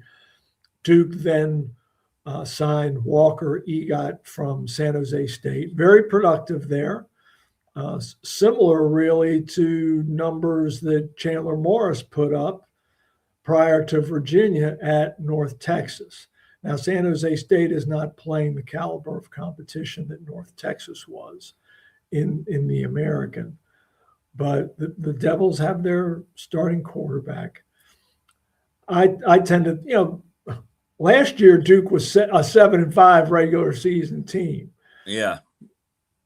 Would 7-5 or 6-6 shock me? No. But a repeat championship game appearance would stun me. Yeah. Can SMU unseat Miami? It's that team that everybody's talking about in the SEC. I mean, in the ACC this year. I saw Josh Pate pick Miami to win it all, win the national championship yesterday. What do you think about SMU's chances to be that team this year? They've been so good. Was it 14-2 in ACC games so far? Yes, and unbeaten at home. And, oh, by the way, one of those home wins last season was over Miami. Right. So the Mustangs ain't scared, and nor should they be. They got plenty of money. They've got an anomaly in college football these days I think this will be his third year starting, Kevin Jennings at quarterback. Who has that? And he's homegrown. I mean, this young man is from Dallas and wanted to go to SMU and did and has not wavered and had offers to go elsewhere and stuck with his hometown program. And he's got pieces around him. Rhett Lashley is a superb coach. Yes, he is. And most likely could have returned to his alma mater in Arkansas in the offseason. But SMU's a better job than Arkansas. And Lashley was wise enough to recognize that. Well, it's going to be great. Stanford also plays later. It feels like, I had this wrong. I thought, as ridiculous as it is that there's part of the ACC, Stanford and Cal to me, I thought Stanford would be the team we'd see. But California has taken some new coach, terrific quarterback. Fans are excited. I keep reading out Cal football has been that school of the two West Coast schools that have stepped up. And I think, who knows, they might be one of those teams this year, just strictly because of the bringing a defensive coach coming in, but he's got an offensive coordinator that's going to fit in beautifully with their quarterback. Am I wrong to be so bullish on Cal this year? Say it with me, Rick. Jaron Kiawe Sagapuya Tele. God bless you.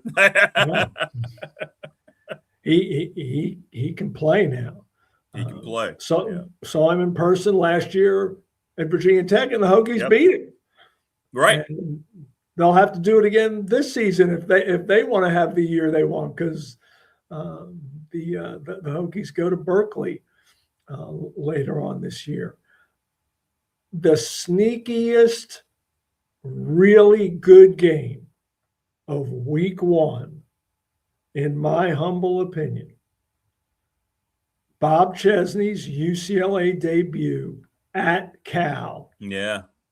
10:30 Saturday night, ACC Big Ten After Dark. Sign me up. There you go. It's going to be great. I'll be in some hotel after Virginia Tech and VMI, and I will be watching that bad boy till all hours. Yeah, that will be fun, won't it? You're right. That's an intriguing matchup. It is. I'm glad they're playing each other still with the conference shift and all that. That's good. I'm glad. And they're playing again next season too. I believe. And once again, it'll be week one. Now, I'm sure you're aware, Rick, and maybe most of your listeners are, but next season and beyond, week 0 is the new week 1. Right. So everybody is going to start the weekend before the Labor Day weekend. And that's why you've already seen Virginia Tech and the Citadel have already announced their game for the new week 1 next season, as have UVA and Arkansas State. But everybody's going to be playing. There will be no more week 0. And I think you'll mostly see, as Michael Strickland, the ACC's senior VP of football, explained it, you'll see non-premium, non-conference games largely in week 1, as everybody kind of gets their feet wet. And then you will see the normal bangers Labor Day weekend, when teams can really feel like they're ready for prime time. Yeah, and I think I like that. I do like week 0, because you get to focus on just a fewer amount of games. Just a few games. Yeah, I kind of like that too. So either way is fine, but I do like week 0, well, especially this year when you have some intriguing matchups, at least for us here this year. Yeah, and Florida State plays, as well, right. simultaneous to Stanford, Hawaii. But Florida State, I believe, is a 4+ touchdown favorite against New Mexico State. Yeah. Well, we'll see how they handle that. There's some good athletes out there from New Mexico State. We saw that when those guys transferred from Vanderbilt to Vanderbilt. Well, have fun. I'm guessing you're going to be in Charlottesville, not in Ireland. That is correct. Charlottesville is a much easier commute than Rio de Janeiro would have been. So it would have been intriguing to be in a football game in Brazil, but I'm just as happy to hop in the limo and head to Charlottesville Saturday morning. Well, you'll be there with my son. I just dropped him off down at UVA last Saturday, so he's going to his first football game on Saturday. Nice. So. He's going to be on the hill, and he'll be well lubricated, I'm sure. I guess he will.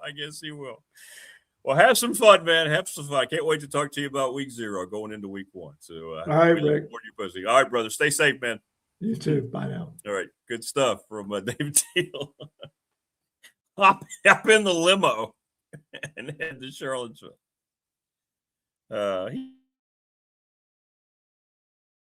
He should be hauled around in a limo. If anybody should be hauled around in a limo, it should be David Teal. Right? Didn't we decide he's now the next in line to be the universally loved American? David Teal. I didn't ask him about Dolly. Well, I will next time. Rest in peace, Ms. Parton. 80 years old. 80 years old. Great stuff. Buy stock in Zima this weekend. What that one's at 3:30, right? The UVA NC State game. And then you got Carolina at noon. I don't have I got a broadcast Saturday night, so I'll get to see most of the UVA game. We won't be able to do pop tomorrow night because I have a broadcast as well. Real life, real job getting in the way of fun channel stuff. So we will reconvene with pop next Thursday. Yeah. Then I'll have to be over on Friday. I can't do it Friday because I'll be over at Blacksburg High School for their opener against Childs. And then we have JMU coming in for soccer on Saturday. No rest for the weary. But that's okay. That's okay. I'm fine with, the week 1 thing is fine, but I do think there's some intrigue. There's been some intrigue to week 0. I'm going to miss week 0. I think I will. I think I'm going to miss, especially this year. The Carolina game offers a lot of intrigue for all of us. And, of course, UVA and NC State offers a lot of intrigue. So, always offering a lot of intrigue is that gentleman. He's Mike Burnup joining us on the program. Thanks to Louise Baker, Team Long and Foster. So I inadvertently scared people yesterday because I didn't say it properly. I said, well, Mike can't be with us. He has to go to the doctor. And they were like, oh, my gosh, what happened? No. It was scheduled, right, Mike? Everything was just by the board here. Oh, yeah, just scheduled for a checkup. That was it. That was the big thing. No big deal. Came out of there good. Don't have to go back for 6 months, and all things were good. Just about 20 minutes, and I was out. So, yeah, just happened to be at 8 o'clock right when I was supposed to be on. So, everything's good. Yeah, it was good. So I appreciate your flexibility. So you can do it today. No problem. No, thanks. That's no problem. I'm glad. Got to keep those peeps. Got to keep those peeps in suspense every once in a while. Exactly right. They can't. Where's Mike? Well, then I said it wrong. He's at the doctor. What? Hang on. Yeah. All right. So I believe year 44, right, for you coming up. All right. Coming up. So how excited are you? I know you got another new era you're ushering in here. How's your vibe personally going into week 1, a week from Saturday against the Keydets? It's been good, Rick. I haven't seen this much excitement probably since the Michael Vick times. Because there was so much hype around him and how Oh, good he man. was as a freshman when he redshirted. You said, "You're not going to believe this kid." And he came out and he delivered. And now it's the same kind of thing, same kind of vibe. They got money in the program, they got more bodies, they got more depth, they got bigger kids, faster and stronger and more of them. And I think James Franklin has changed the culture a little bit. And I think everybody's excited and ready to go. When you're an athlete and you're in training camp for that month of August, it is brutal. That grind just gets so old. And now, you're a week away in a few days from playing somebody else and being able to hit somebody else. And so gotten the players focused a little bit different. Yesterday, they worked on a little bit of VMI stuff the last couple of periods. And so that was good to see because, they're going to run that option offense under Ashley Ingram. It's going to be a different offense. And, you go back to those Georgia Tech days, kind of that kind of thing, the A backs and the B backs and all that stuff. And, it's run, run, run. And all of a sudden, a quarterback's going to catch you sleeping, right?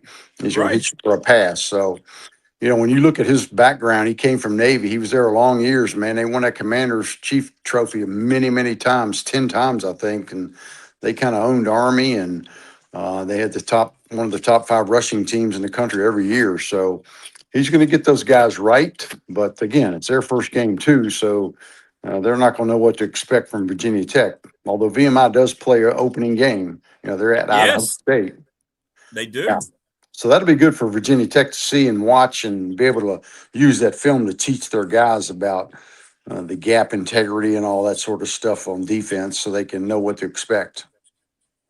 It's a great point. I mean, it's great for VMI to get everybody out there to try their new offense, right? New coaching staff. But for Tech, they just kind of slide into an opportunity that maybe would not be there normally with an opponent like VMI. They can go, okay, let's see how they're going to do this. So you're right. It works out really for both, if that makes sense. Yeah, it does. And I think it is good because for Virginia Tech, it's probably a real plus because you're not going to see that offense the rest of the year. And you're not going to see it probably until you play VMI or one of the service academies again later on down the road. So, yeah, it's going to be a big plus to be able to have those extra days to prepare and know exactly what they're going to do because you got it on film. And so, they got to travel all the way out there and then come back. And of course, travel to Blacksburg's no big deal. It's only 80 miles, but it's going to be fun. They're going to have a lot of activities. They play for the Sword, and the Sword will be out there on the Hokie Village pregame. And I think the original Skipper Cannon, I think, is going to be out there.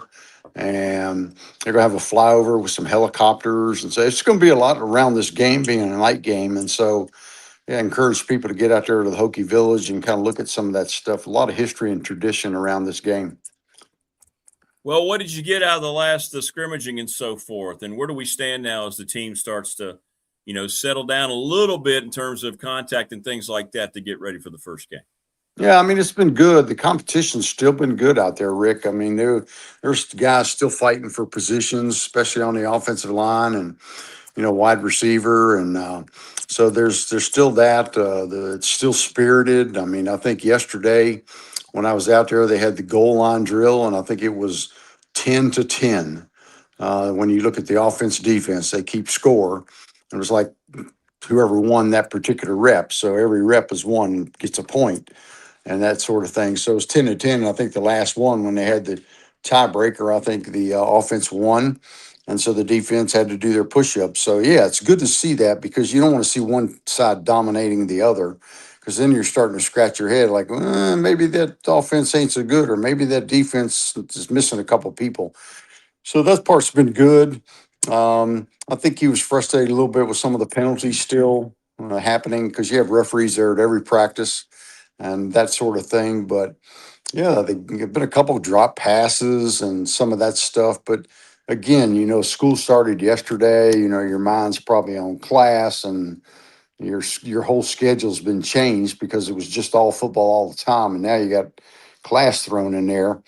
And so Yeah. it's good to get this week under your belt before you get into game week next week. So Yeah. so it's been good. Yeah, I think it's been very good, very competitive. The Board of Visitors is meeting this week, and so they were all out there. The board was out there yesterday at practice watching. So Dr. Sands was out there, and Brian White, the AD, all the people on the board, Jay Pearson, they were all out there watching practice last night. So that was kind of cool to see them as well. So yeah, it was good. It's been good. Still good high level practices. Well, that's good to know. That's good to know. Can't slow down just because of the opponent. Can't slow down. Got to get things done in week one, even though it's, we kind of know how it should go in week number one. We'll see. Yeah. Yeah. All right, let's get into this weekend. It's week 0. It's going to be our last week 0, as David Teal just pointed out. Everything's going into week 1 next year. I've kind of liked week 0 a little bit. I've kind of liked having fewer games and you can focus, especially this year with Carolina and the Virginia NC State game. For us in our region, it's kind of nice to have the games that we have at hand this weekend. Yeah, that is going to be fun. And I think everybody's anxious to see what Carolina's going to do after that bloodbath they took last year down in Chapel Hill. They're going over to Ireland and play that game. So that should be fun, interesting. Try to get a little payback. And, the NC State UVA game last year didn't count in the standings, but this year it does. That game was supposed to be in Brazil. Yeah. That fell through. So, yeah, home game for UVA, who's got a fairly easy schedule when you look at it, one of the teams they don't have to play this year. So, yeah, that'll be fun. And they got a lot of new players as well, new quarterback. And so I think all these teams, there's intrigue around all of them because there's so many players with the transfer portal era.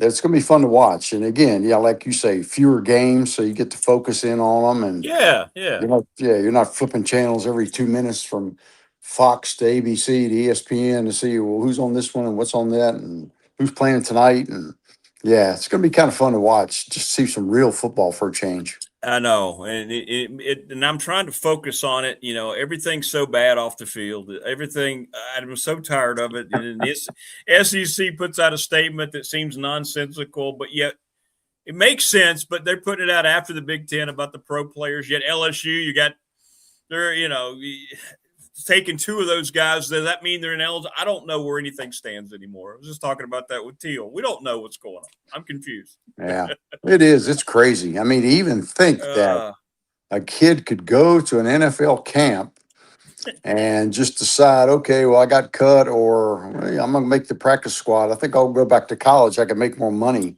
I mean, just the thought of that is just insane. Why that they would even consider that happening makes no sense. Of course, I do understand these kids that didn't know this in December and January when they had to make a decision. That's right. Back or what. So you feel bad in that regard, but still, I mean, if you go to an NFL camp, you're trying to make that team, and if it doesn't work out, you're going to be like another 1,000 people, right? You're just going to be out of work, just like so many of the other ones are. I mean, sorry about your luck. And I was one of those guys, so I know. But yeah, it's to think that they could come back and do that is just crazy to me that they would even entertain that. Kid that's played 5, 6, 7 years to go back to college and because they could get more money. Well, yeah, they can. Well, you should have thought about that, or maybe they should have changed the rules. But now it's just a matter of, hey, I'll get a lawyer and I just find the right one. I can get a That's judge right. to make it right. That's right. Find the right one. Yep. That's and who's getting rich? The legal system. Exactly right. So they don't mind this at all. They don't challenge it. Let's go. Let's go challenge it. Let's see what happens. Let's see. Yeah. Why not? You got nothing to lose, right? And everything to gain. Well, that's right. Exactly right. So I mean, you go back to college, it's like it's life-changing money for some of these guys. And then the other question becomes like, well, you've already spent all your money. Where are you going to come up with this money if you got somebody that's really good, like maybe a Thomas Castellanos played quarterback at Boston College, Florida State. Where are you going to find the money to pay him? And somebody else has got to cough it up, right? So it's a mess, absolute mess. How this thing got so out of whack is beyond me when it's such a good product. Exactly. It's going to be another good product. It was I thought last year, and I talked about this a lot, Mike, and you and I may have talked about it.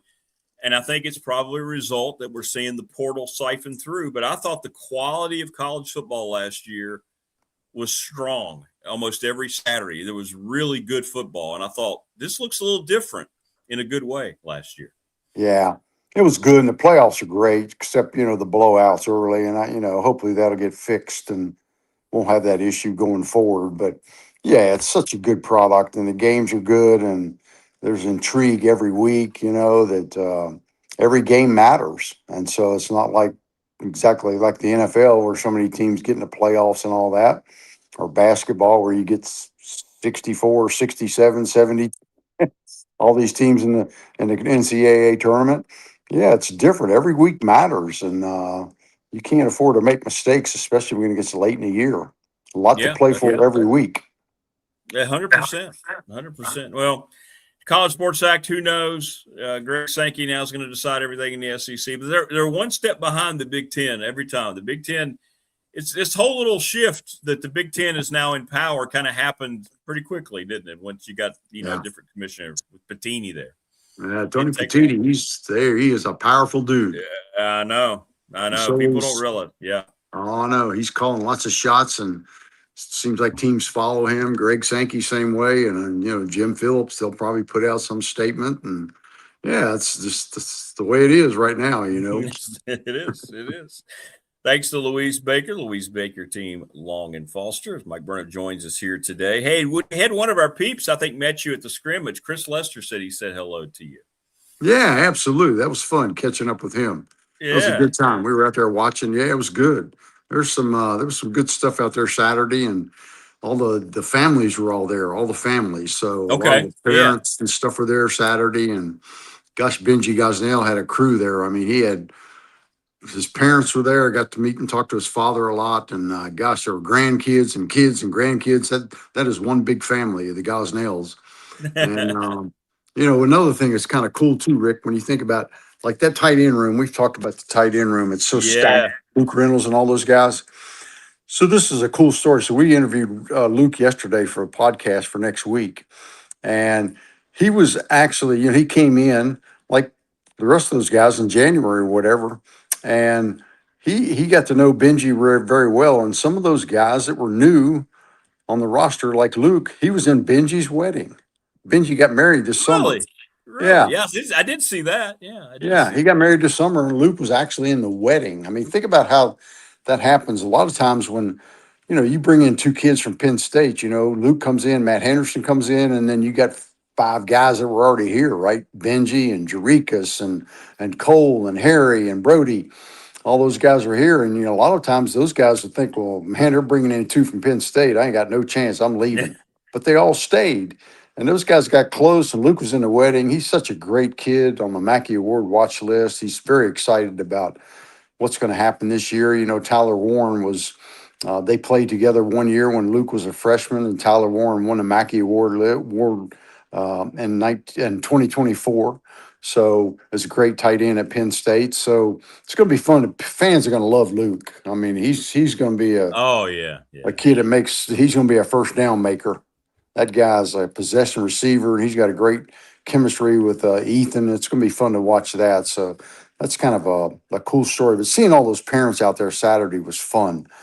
Just watching their kid, and then they make a catch or a play or a tackle, and they jump up and cheer, and and they come over to the sideline and they try to catch them. And then they had a big meeting with Coach Franklin later after practice, and then they had a big barbecue Saturday night. So that was kind of cool to have all the families in town. Got to meet a bunch of them.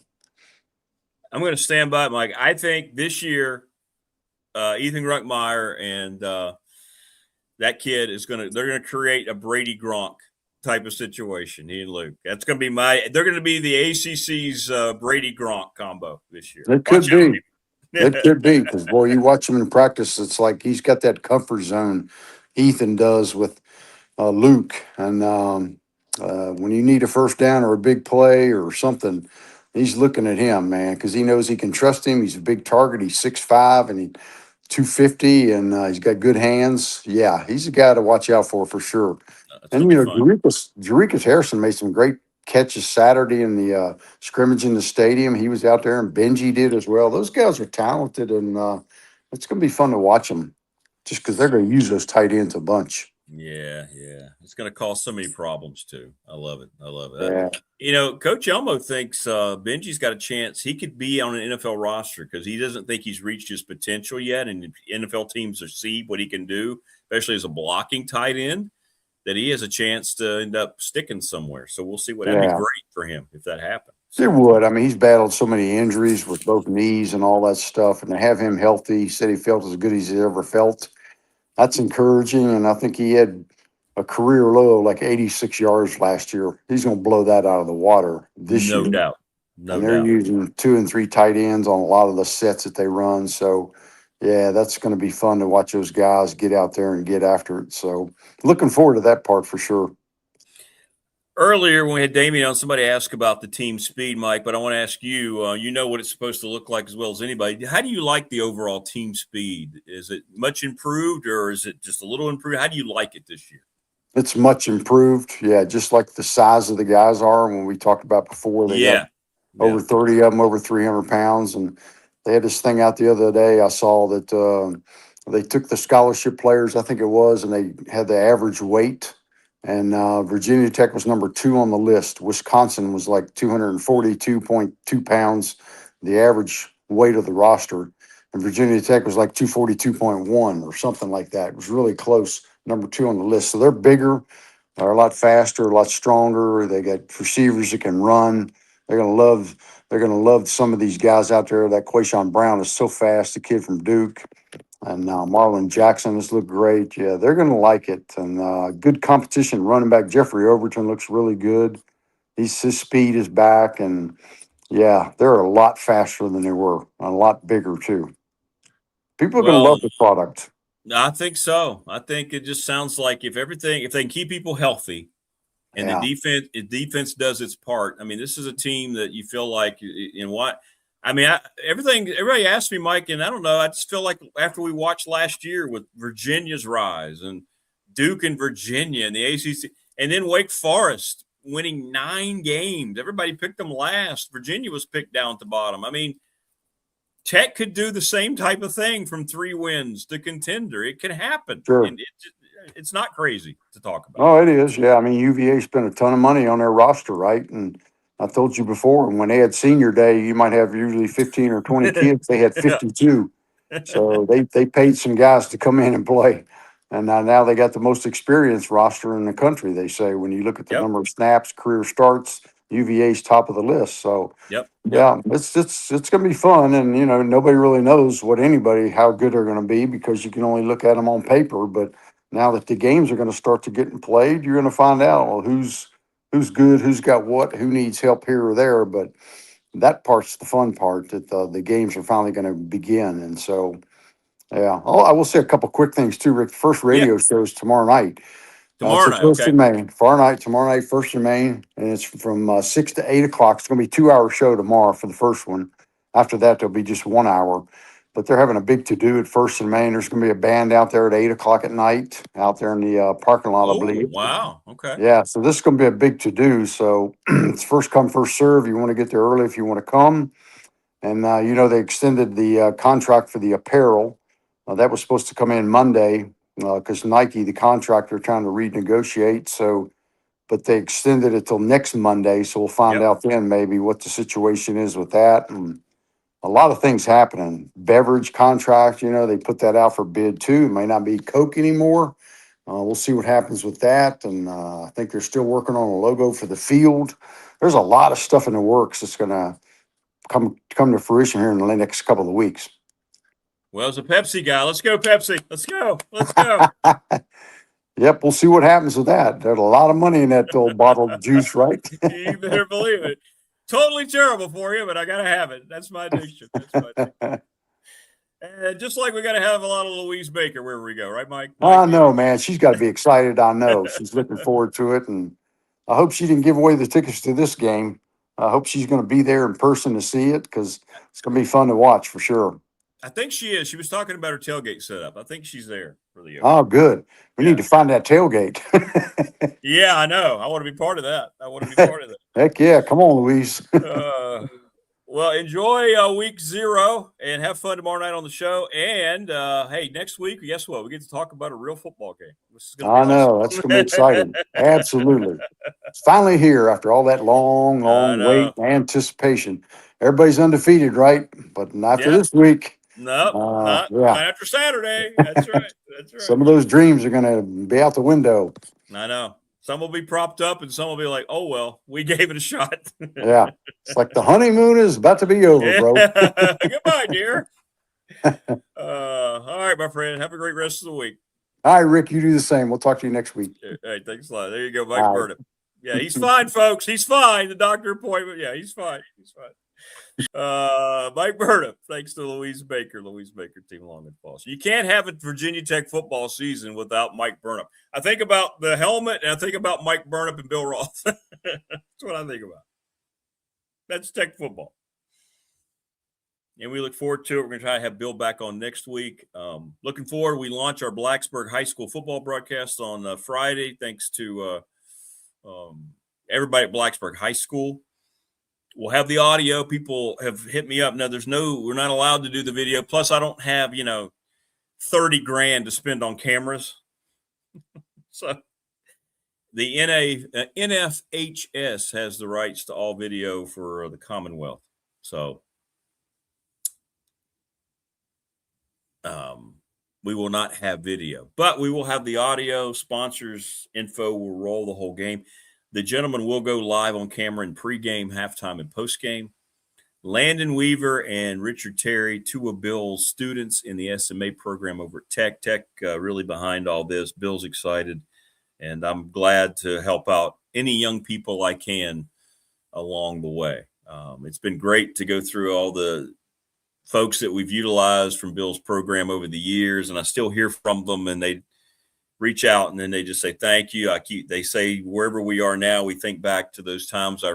Some of their first broadcasts are of Radford events. They help out with whatever it might be, women's basketball or volleyball or baseball or softball, and when I can't do it, and it means a lot. It's a little thing. It's not a lot that I'm contributing, but it's nice to be able to give some experience. And this is a brand new thing for us here in the NRV. Just like this show is the first of its kind here in this region to be on YouTube. The first high school football broadcast we're doing this that I know of on YouTube is Blacksburg football. So we're kind of trying to carve out our niche as innovators here on the program.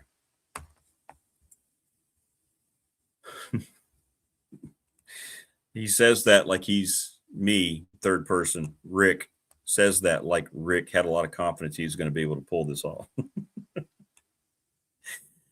But it is something I can give them, and they do a great job. They're always prepared, and I know how much Bill appreciates it. So, and Bill and I have been friends for over 3 decades now. So it's cool. It's cool. And I get people say, what about Radford kids? We don't have that program. We reach out to our communications department. There aren't kids that, that are available that want to do it. But Bill has a specific core, and they are thirsty for the experience. So anything I can provide them, that's what I do. We have a little Virginia Tech to Radford, back to Virginia Tech convoy going, and I'm glad to be a small part of it. Jimmy likes broadcasting. Saw a scene the other day. That's just a little clip. I love the clip. You remember when Jerry has the conversation with George, and they're, what are we doing with our lives? And then they agree they want to maybe get married. And then Kramer walks in and gives Jerry the speech. Kramer, I got to tell you, George and I had this conversation about life. And Kramer interrupts. Oh, like there's something else out there for you? Something more meaningful? Yeah. Well, let me tell you something, buddy. There's not. What are you thinking about? Marriage, children? Jerry, well, they're prisons. You wake up in the morning, she's there. You go to bed at night, she's there. Oh, don't think you can watch TV at dinner time. Why not? Oh, because you're going to talk about your day.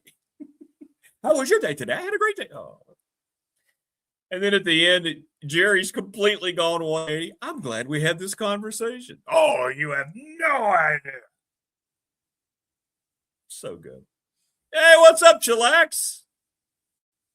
I've missed being called Scrappy Coco. Good to see you. I couldn't remember. I got to write down Scrappy Coco.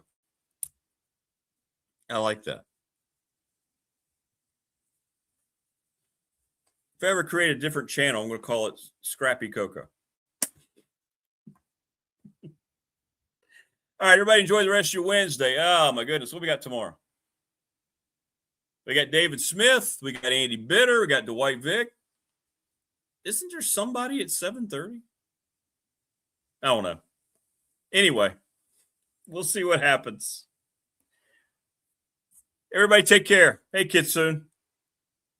Thanks to our guests. Thanks to Keon Brown, Damian Sordelette, David Teal, Mike Burnham. Man, that's a heck of a lot of sports entertainment for you right there. We'll see you tomorrow.